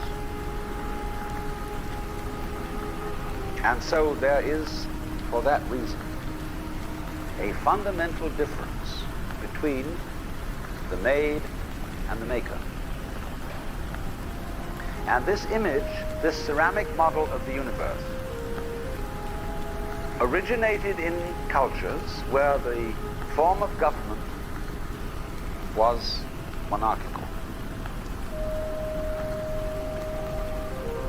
and where, therefore, the maker of the universe was conceived also at the same time in the image of the king of the universe. King of kings, Lord of lords, the only ruler of princes, who thus from thy throne behold all dwellers upon earth. I'm quoting the Book of Common Prayer. And so all those people who are oriented to the universe in that way feel related to basic reality as a subject to a king. And so they are on very, very humble terms in relation to whatever it is that works all this thing. I find it odd in the United States that people who are citizens of a republic have a monarchical theory of the universe. Because we are carrying over from very ancient Near Eastern cultures the notion that the Lord of the universe must be respected in a certain way. People kneel, people bow, people prostrate themselves. Because, and you know what the reason for all that is, that nobody is more frightened of everybody else than a tyrant. He sits with his back to the wall, and his guards on either side of him. And he has you face downwards on the ground because you can't use weapons that way. When you come into his presence, you don't stand up and face him because you might attack. And he has reason to fear that you might because he's ruling you all. And the man who rules you all is the biggest crook in the bunch. Because he's the one who succeeded in crime. The other people are pushed aside because the criminals, the people we lock up in jail, are simply the people who didn't make it. So naturally, the real boss sits with his back to the wall and his henchmen on either side of him. And so when you design a church, what does it look like? The Catholic Church, with the altar as it used to be, it's changing now because the Catholic religion is changing. But the Catholic Church has the altar with its back to the wall at the east end of the church. And there, the altar is the throne. The priest is the chief vizier of the court, and he is making obeisance to the throne in front, but there is the throne of God, the altar. and all the people are facing it and kneeling down. And a great Catholic cathedral is called a basilica, from the Greek basileus, which means king. So a basilica is the house of a king. And the ritual of the Catholic Church is based on the court rituals of Byzantium. A Protestant church is a little different, but basically the same. The furniture of a Protestant church is based on a judicial courthouse. The pulpit, the judge in an American court wears a black robe. He wears exactly the same dress as a Protestant minister. And everybody sits in these boxes. Like there's a jury box, there's a box for the judge, there's a box for this, the box for that, and those are the pews in an ordinary kind of colonial type Protestant church. So both these kinds of churches, which have an autocratic view of the nature of the universe, decorate themselves, are architecturally constructed in accordance with political images of the universe. One is the king and the other is the judge, Your Honor. There's sense in this. When in court you have to refer to the judge as Your Honor, it stops the people engaged in litigation from losing their tempers and getting rude. There's a certain sense to that. But when you want to apply that image to the universe itself, to the very nature of life, it has limitations. For one thing, the idea of a difference between matter and spirit. This idea doesn't work anymore. Long, long ago, physicists stopped asking the question, what is matter? They began that way. They wanted to know, what is the fundamental substance of the world? And the more they asked that question, the more they realized they couldn't answer it. Because if you're going to say what matter is, you've got to describe it in terms of behavior. And that is to say, in terms of form, in terms of pattern. You tell what it does. You describe the smallest shapes of it that you can see. Do you see what happens? You look, say, at a piece of stone, and you want to say, well, what is this piece of stone made of? Well, you take your microscope, and you look at it, and instead of just this block of stuff, you see ever so many tinier shapes, little crystals. So you say, fine, so far so good. Now, what are these crystals made of? And you take a more powerful instrument, and you find that they are made of molecules.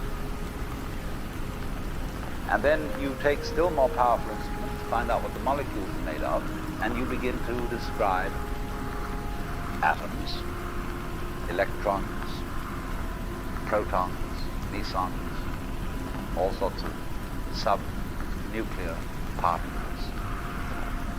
But you never arrive at the basic stuff, because there isn't any.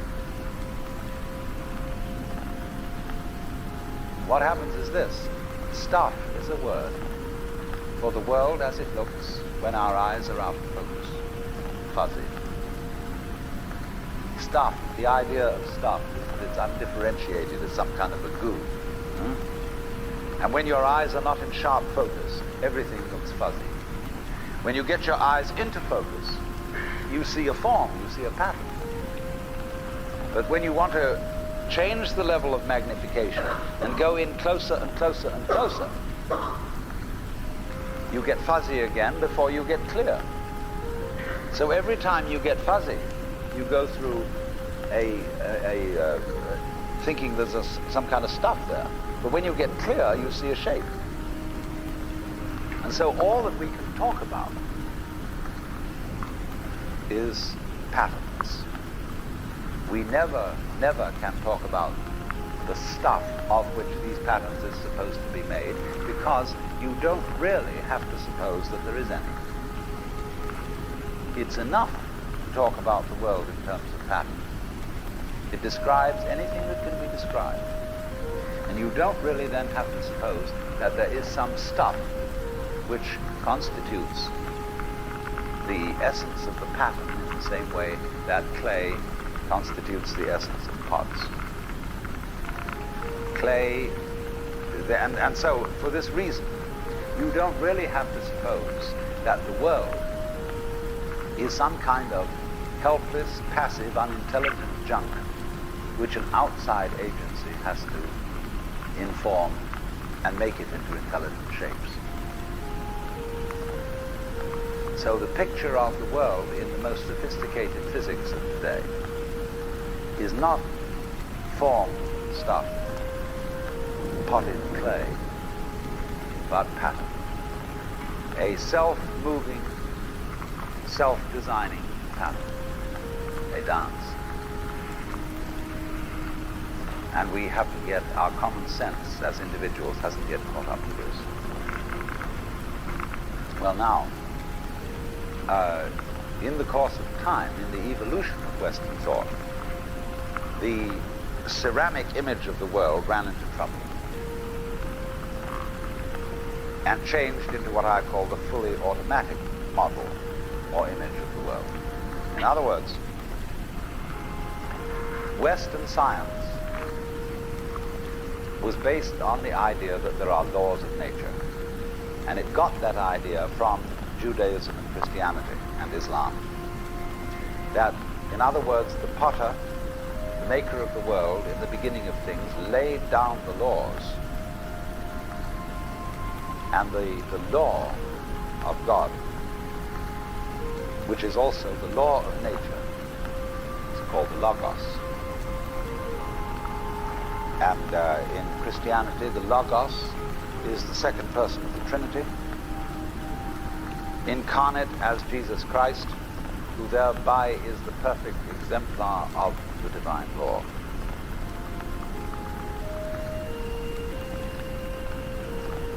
So we have tended to think of all natural phenomena as responding to laws, as if, in other words, the laws of the world were like the rails on which a streetcar or a tram or a train runs.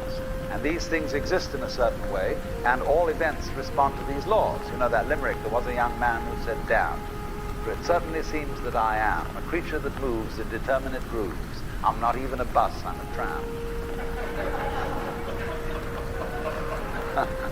So, here's this idea that there's a kind of a plan, and everything responds and obeys that plan. Well, in the 18th century, Western intellectuals began to suspect this idea. And what they suspected is whether there is a lawmaker, whether there is an architect of the universe. And they found out, or they reasoned, that you don't have to suppose that there is. Why? Because the hypothesis of God does not help us to make any predictions.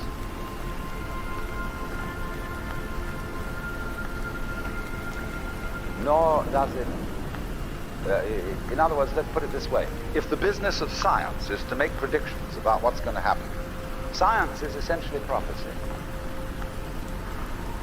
What's going to happen? By studying the behavior of the past and describing it carefully, we can make predictions about what's going to happen in the future. That's really the whole of science. And to do this, and to make successful predictions, you do not need God as a hypothesis. Because it makes no difference to anything. If you say everything is controlled by God, everything is governed by God, that doesn't make any difference to your prediction of what's going to happen. And so what they did was simply drop that hypothesis. But they kept the hypothesis of law. Because if you can predict, if you can study the past and describe how things have behaved, and you've got some regularities in the behavior of the universe, you call that law. Although it may not be law in the ordinary sense of the word, it's simply regularity. And so what they did was they got rid of the lawmaker and kept the law. And so they conceived the universe in terms of a mechanism. Something, in other words, that is functioning according to regular, clock-like mechanical principles. Newton's whole image of the world is based on billiards. The atoms are billiard balls, and they bang each other around. And so your behavior, every individual therefore is defined as a very, very complex arrangement of billiard balls being banged around by everything else. And so behind the fully automatic model of the universe is the notion that reality itself is, to use the favorite term of 19th century scientists, blind energy. In, say, the metaphysics of Ernst Haeckel and T.H. Huxley, the world is basically nothing but energy. Blind, unintelligent force. And likewise, in parallel to this, in the philosophy of Freud, the basic psychological energy is libido, which is blind lust. And it is only a fluke. It is only as a result of pure chances that, resulting from the exuberance of this energy, there are people with values, with reason, with languages, with cultures, and with love. Just a fluke. Like, 1,000 monkeys typing 1,000 typewriters for 1,000,000 years will eventually type the Encyclopedia Britannica. And of course, the moment they stop typing the Encyclopedia Britannica, they will relapse into nonsense. And so in order that that shall not happen, because you and I are flukes in this cosmos, and we like our way of life, we like being human.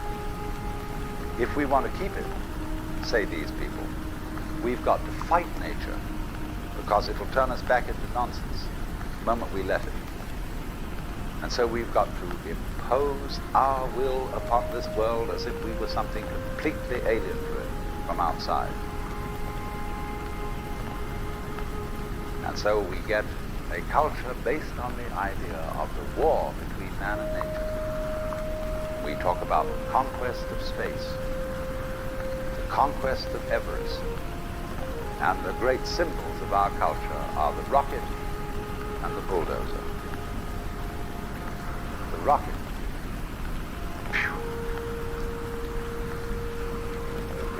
Compensation for the sexually inadequate male.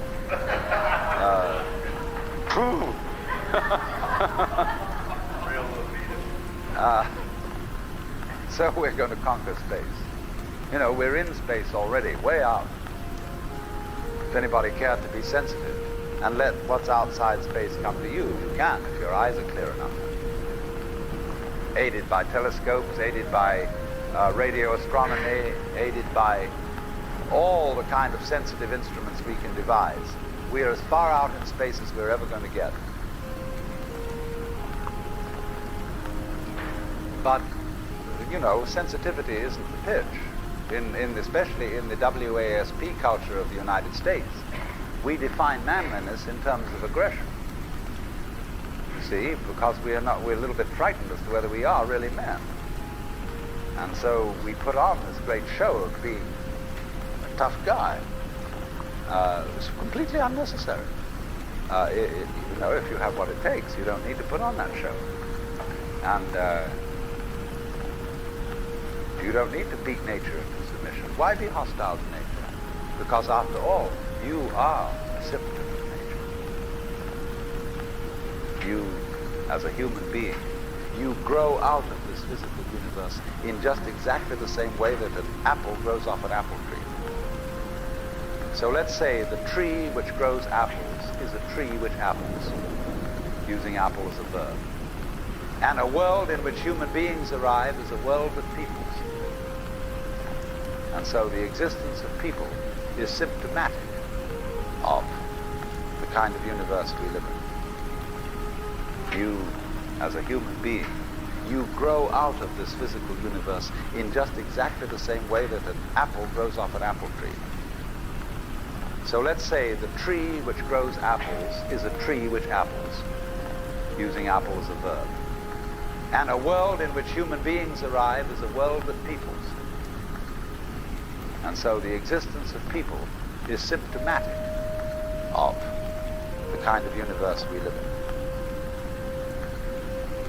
Just as spots on somebody's skin are symptomatic of chickenpox.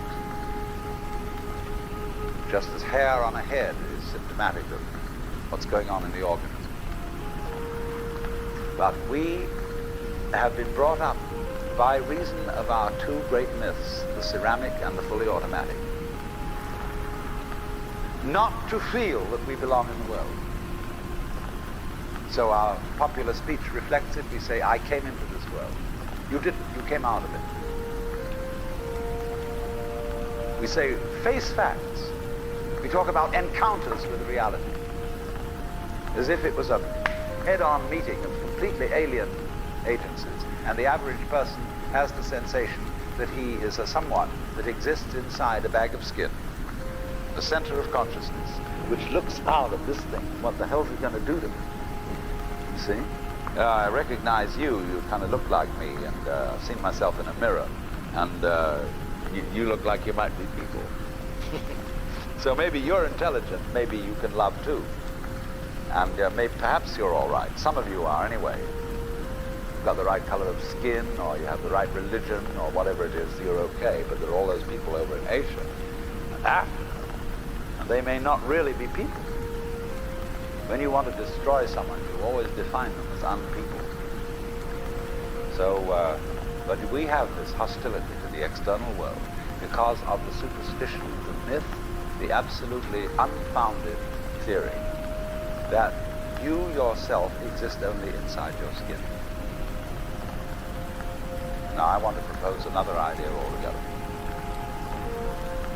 You know, there are astronomers. There's two great theories going on in astronomy about the origination of the universe. One is called the explosion theory, and the other is called the steady state theory. The steady state, people say, there never was a time when the world began. It's always expanding, yes, but always as a result of free hydrogen in space. With the free hydrogen coagulates and makes new galaxies. But the other people say there was a primordial explosion. Enormous bang, millions of years ago, billions of years ago, which flung all the galaxies into space. Well, let's take that just for the sake of argument and say that was the way it happened. It's like you took a bottle of ink and you threw it at a wall. Smash, and all that ink spreads. And in the middle, it's dense, isn't it? And as it gets out on the edge, the little droplets are finer and finer and make more complicated patterns. See? So in the same way, there was a big bang in the beginning of things, and it spread. And you and I, sitting here in this room, as complicated human beings, are way, way out on the fringe of that bang. We're the complicated little patterns on the end of it. Very interesting. But so we define ourselves as being only that. If you think that you are only inside your skin, you define yourself as one very complicated little curlicue, way out on the edge of that explosion, way out in space and way out in time. Billions of years ago, you were a big bang. And now you're a complicated human being. And then we cut ourselves off, like this, and don't feel that we're still the Big Bang. But you are. Depends how you define yourself. You are actually, if this is the way things started, if there was a Big Bang in the beginning, you're not something that is a result of the Big Bang. You're not something that is a sort of puppet on the end of the process. You are still the process. You are the Big Bang, the original force of the universe coming on as whoever you are. See, when I meet you, I see not just what you define yourself as, Mr. So-and-so, Miss So-and-so, Mrs. So-and-so. I see every one of you as the primordial energy of the universe coming on at me in this particular way. I know I'm that too. but we've learned to define ourselves as separate from it. And so what I would call a kind of the basic problem we've got to go through first is to understand that there are no such things as things. That is to say, separate things or separate events. That is only a way of talking. If you can understand this, you're going to have no further problems. I once asked a group of high school children, what do you mean by a thing? And first of all, they gave me all sorts of synonyms. They said it's an object, which is simply another word for a thing. It doesn't tell you anything about what you mean by a thing. Finally, a very smart girl from Italy, who was in the group, said a thing is a noun.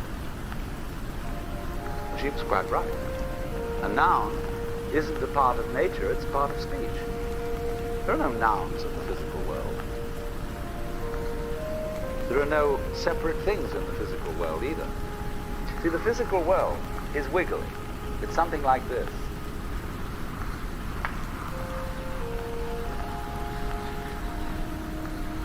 Maybe that's a cloud. The clouds, mountains, trees, people are all wiggly.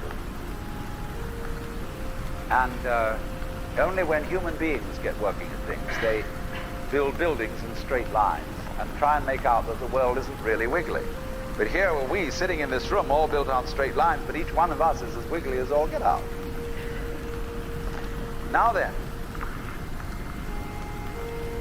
when you want to get control of something that wiggles, it's pretty difficult, isn't it? You try and pick up a fish in your hand, and the fish is wiggly and it slips out. What do you do to get hold of the fish? You use a net. And so the net is the basic thing we have for getting hold of the wiggly world. So if you want to get hold of this wiggle, you've got to put a net over it. You see? Now what's going to happen? A net is something regular. And I can number the holes in a net. So many holes up, so many holes across. And if I can number these holes, I can count exactly where each wiggle is in terms of a hole in that net. And that's the beginning of calculus, the art of measuring the world. But in order to do that, I've got to break up the wiggle into bits. And I've got to call this a specific bit, and this the next bit of the wiggle, and this the next bit, and this the next bit of the wiggle. And so these bits are things or events. Bits of wiggles, which I mark out in order to talk about the wiggle, in order to measure it, and therefore in order to control it. But in nature, in fact, in the physical world, the wiggle isn't bitted. Like you don't get a cut-up fryer out of an egg. But you have to cut the chicken up in order to eat it. You bite it. But it doesn't come bitten. So the world doesn't come thing. It doesn't come invented. You and I are all as much continuous with the physical universe as a wave is continuous with the ocean. The ocean waves, and the universe peoples. And as the wave, I wave at you and say, you! The world is waving at you, at me with you. And saying, hi, I'm here. But we are consciousness, the way we feel and sense our existence, being based on a myth that we are made, that we are parts, that we are things. Our consciousness has been influenced so that each one of us does not feel that. We feel we have been hypnotized, literally hypnotized, by social convention into feeling and sensing that we exist only inside our skins. That we are not the original bang, but just something out on the end of it. And therefore we are scared stiff. Because my wave is going to disappear. And I'm going to die. And that would be awful. We've got a mythology going now, which as Father Maskell put it, we are nothing but something that happens between the maternity ward and the crematorium. And that's it. And therefore everybody feels unhappy and miserable. No, This is what people really believe today. You may go to church, you may say you believe in this, that, and the other, but you don't. Even Jehovah's Witnesses, who are the most fundamentalists, they're polite when they come round and knock at the door. But if you really believed in Christianity, you would be screaming in the streets. But nobody does. You would be taking full-page ads in the paper every day. You would have the most terrifying television programs. The churches would be going out of their minds if they really believe what they teach. But they don't. They think they ought to believe what they teach. They believe they should believe, but they don't believe it, because what we really believe is the fully automatic model. And that is our basic plausible common sense. You are a separate event. And you run from the maternity ward to the crematorium, and that's it, baby. That's it. Now, why does anybody think that way? There's no reason to, because it isn't even scientific. It's just a myth. And it's invented by people who wanted to feel a certain way. They want to play a certain game. See, the game of God got embarrassing. The idea of God as the potter, the architect of the universe, is good. It makes you feel that life is, after all, important. There is someone who cares. It has meaning, it has sense, and you are valuable in the eyes of the Father. But after a while, it gets embarrassing. When you realize that everything you do is being watched by God. He knows your tiniest, inmost feelings and thoughts, and you say after a while, quit bugging me. I don't want you around. So you become an atheist, just to get rid of it. Then you feel terrible after that, because you got rid of God, but that means you got rid of yourself. You're just nothing but a machine. And your idea that you're a machine is just a machine too. So if you're a smart kid, you commit suicide. Camus said there is only really one serious philosophical question, which is whether or not to commit suicide. I think there are 4 or 5 serious philosophical questions. The first one is, who started it? The second is, are we going to make it? The third is, where are we going to put it? The fourth is, who's going to clean up? And the fifth, is it serious? But still, should you or not commit suicide? This is a good question. Why go on? And you only go on if the game is worth the candle. Now, the universe has been going on for an incredible long time. And so really, a satisfactory theory of the universe has to be one that's worth betting on. That's it seems to me, absolutely elementary common sense. If you make a theory of the universe which isn't worth betting on, why bother? Just commit suicide. But if you want to go on playing the game, you've got to have an optimal theory for playing the game. Otherwise, there's no point in it. But the people who coined the fully automatic theory of the universe were playing a very funny game. What they wanted to say was this: all you people who believe in religion are old ladies and wishful thinkers. You've got a big daddy up there and you want a comfort thing, but life is rough. Life is tough. And success goes to the most hard-headed people. That was a very convenient theory when the European American world was colonizing the natives everywhere else. He said, we are the end product of evolution, and we're tough. See, I'm a big, strong guy because I face facts, and life is just a bunch of junk, and I'm going to impose my will on it, turn it into something else, you see. And I'm real hard. See, that's a way of flattering yourself. And so it has become academically plausible, fashionable, that this is the way the world works. in academic circles, no other theory of the world than the fully automatic model is respectable. Because if you're an academic person, you've got to be an intellectually tough person. You've got to be prickly. There are basically two kinds of philosophy. One's called prickles, the other's called goo. And prickly people are precise, rigorous, logical. They like everything chopped up and clear. Goo people like it vague.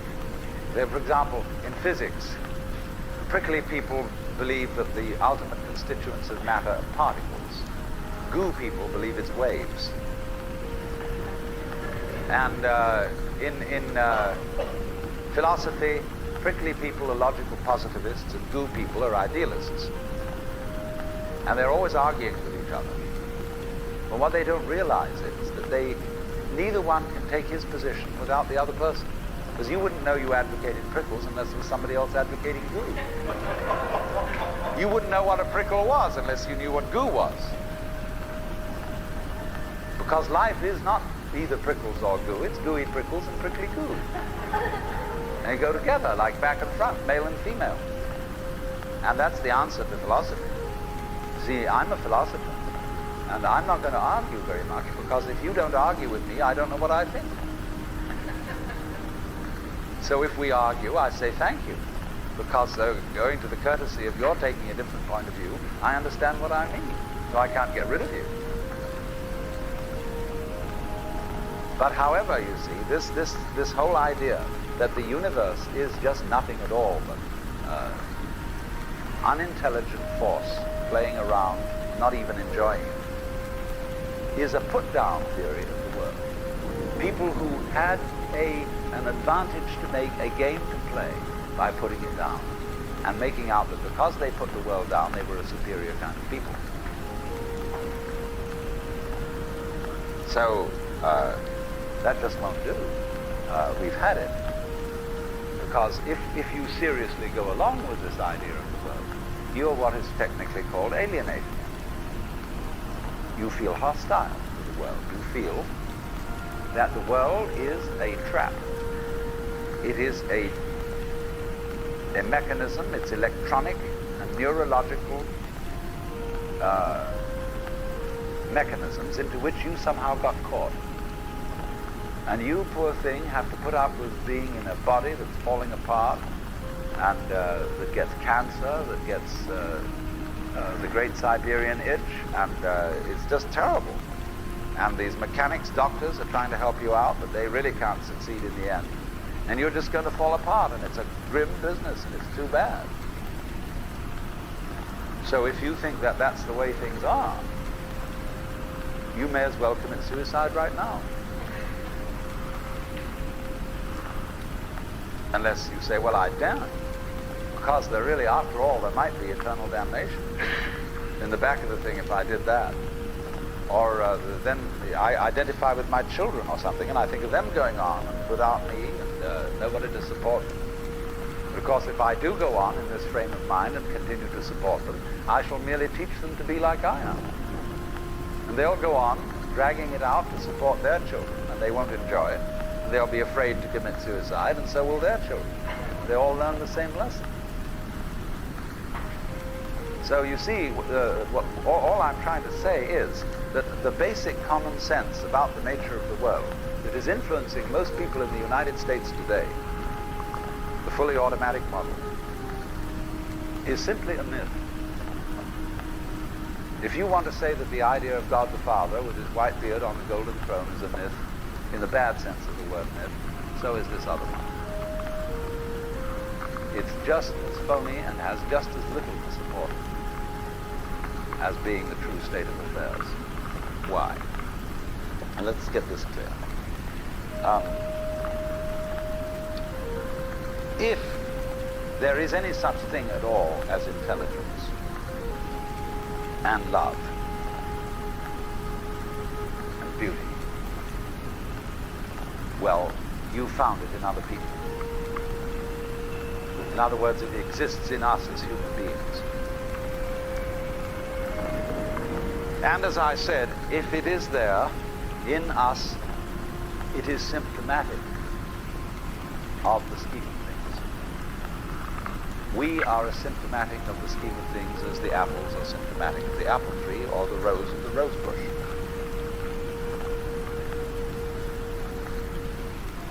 The earth is not a big rock infested with living organisms any more than your skeleton is bones infested with cells. The earth is geological, yes, but this geological entity grows people. And our existence on the earth is a symptom of the solar system and its balances, as much as the solar system in turn is a symptom of our galaxy. And our galaxy in its turn is a symptom of the whole company of galaxies. Goodness only knows what that's in. But you see, when as a scientist you describe the behavior of a living organism, you try to say what a person does. It's the only way in which you can describe what a person is. Describe what they do. Then you find out that in making this description, you cannot confine yourself to what happens inside the skin. In other words, you can't talk about a person walking unless you start describing the floor. Because when I walk, I don't just dangle my legs in empty space. I move in relationship to a room. And so in order to describe what I'm doing when I'm walking, I have to describe the room. I have to describe the territory. So in describing my talking at the moment, I can't describe this just as a thing in itself, because I'm talking to you. And so what I'm doing at the moment is not completely described unless your being here is described also. So if that is necessary, if in other words, in order to describe my behavior, I have to describe your behavior and the behavior of the environment, it means that we've really got one system of behavior. That what I am involves what you are. I don't know who I am unless I know who you are. And you don't know who you are unless you know who I am. There was a wise rabbi once said, if I am I because you are you, and you are you because I am I, then I am not I and you are not you. In other words, we are not separate. We define each other. We're all backs and fronts to each other. You know, you can't, for example, have two sticks. You lean two sticks against each other and they stand up because they support each other. Take one away and the other falls. Or you know, Ballantine beer trademark, also a symbol of the Holy Trinity, where there are three interlocked rings. If you pull one out, the other two separate. They interdepend. And so in exactly that way, we and our environment, and all of us and each other, are interdependent systems. We know who we are in terms of other people. We all lock together. And this is, again and again, the serious scientific description of how things happen. And to such an extent that any good scientist knows, therefore, that what you call the external world is as much you as your own body. Your skin doesn't separate you from the world. It's a bridge through which the external world flows into you, and you flow into it. Just, for example, as a whirlpool in water, you could say, because you have a skin, you have a definite shape, you have a definite form. All right? Here is a flow of water, and it does a whirlpool. And then it goes on.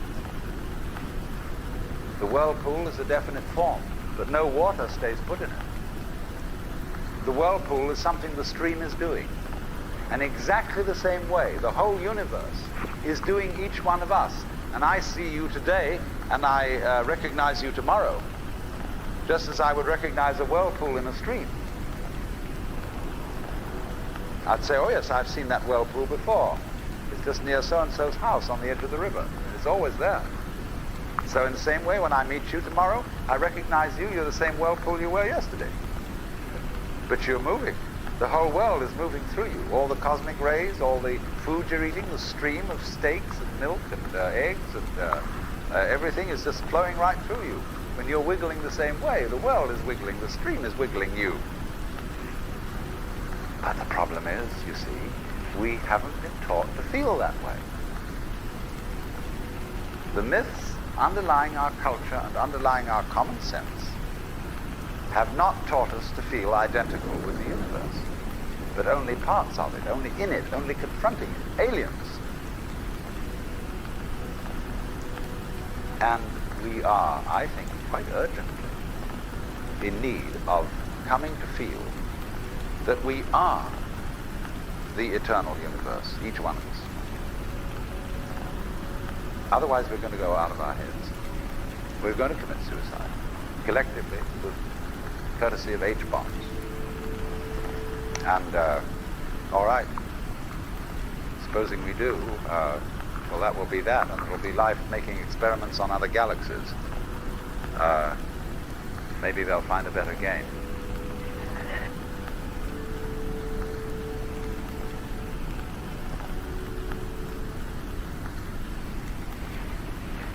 Well, now, what I want to do is have a mutual brain-picking session, and I'm going to start the ball rolling by saying why I, as a philosopher, am interested in many things that you are all probably interested in professionally. Basically, what we're going to talk about, I suppose, is the problem of control, as exemplified in the ancient Latin question, quis custodies ipsos, who guards the guards? Now, we know that we're living in an age when there's been an enormous proliferation of techniques for subjecting every kind of natural process outside the human skin, and now increasingly inside the human skin, to some form of rational control. And as we succeed in doing this, it also becomes apparent that we're failing, that the process becomes of such a high degree of complexity that we begin to feel that we're standing in our own way, that everybody complains. The state of affairs in the modern world, in the technological world, is so complicated that nobody can understand it. Nobody really knows what to do. That, for example, you want to run a small business, and you find you run into such enormous legal hassles that you need so many secretaries to do the paperwork, that you can hardly do the business, that you're trying to run a hospital, but that you have to spend so much time making records and writing things down on paper that you don't have much time to practice medicine, that you're trying to run a university, and the requirements, the recording, the endless red tape of the registrar's office and the administration building is such that the actual work of research and teaching is seriously hampered. And so the individual increasingly feels himself obstructed by his own cautiousness. This is basically what it is. Now, to explain myself, first of all, because most of you are strangers to me, I am a philosopher who has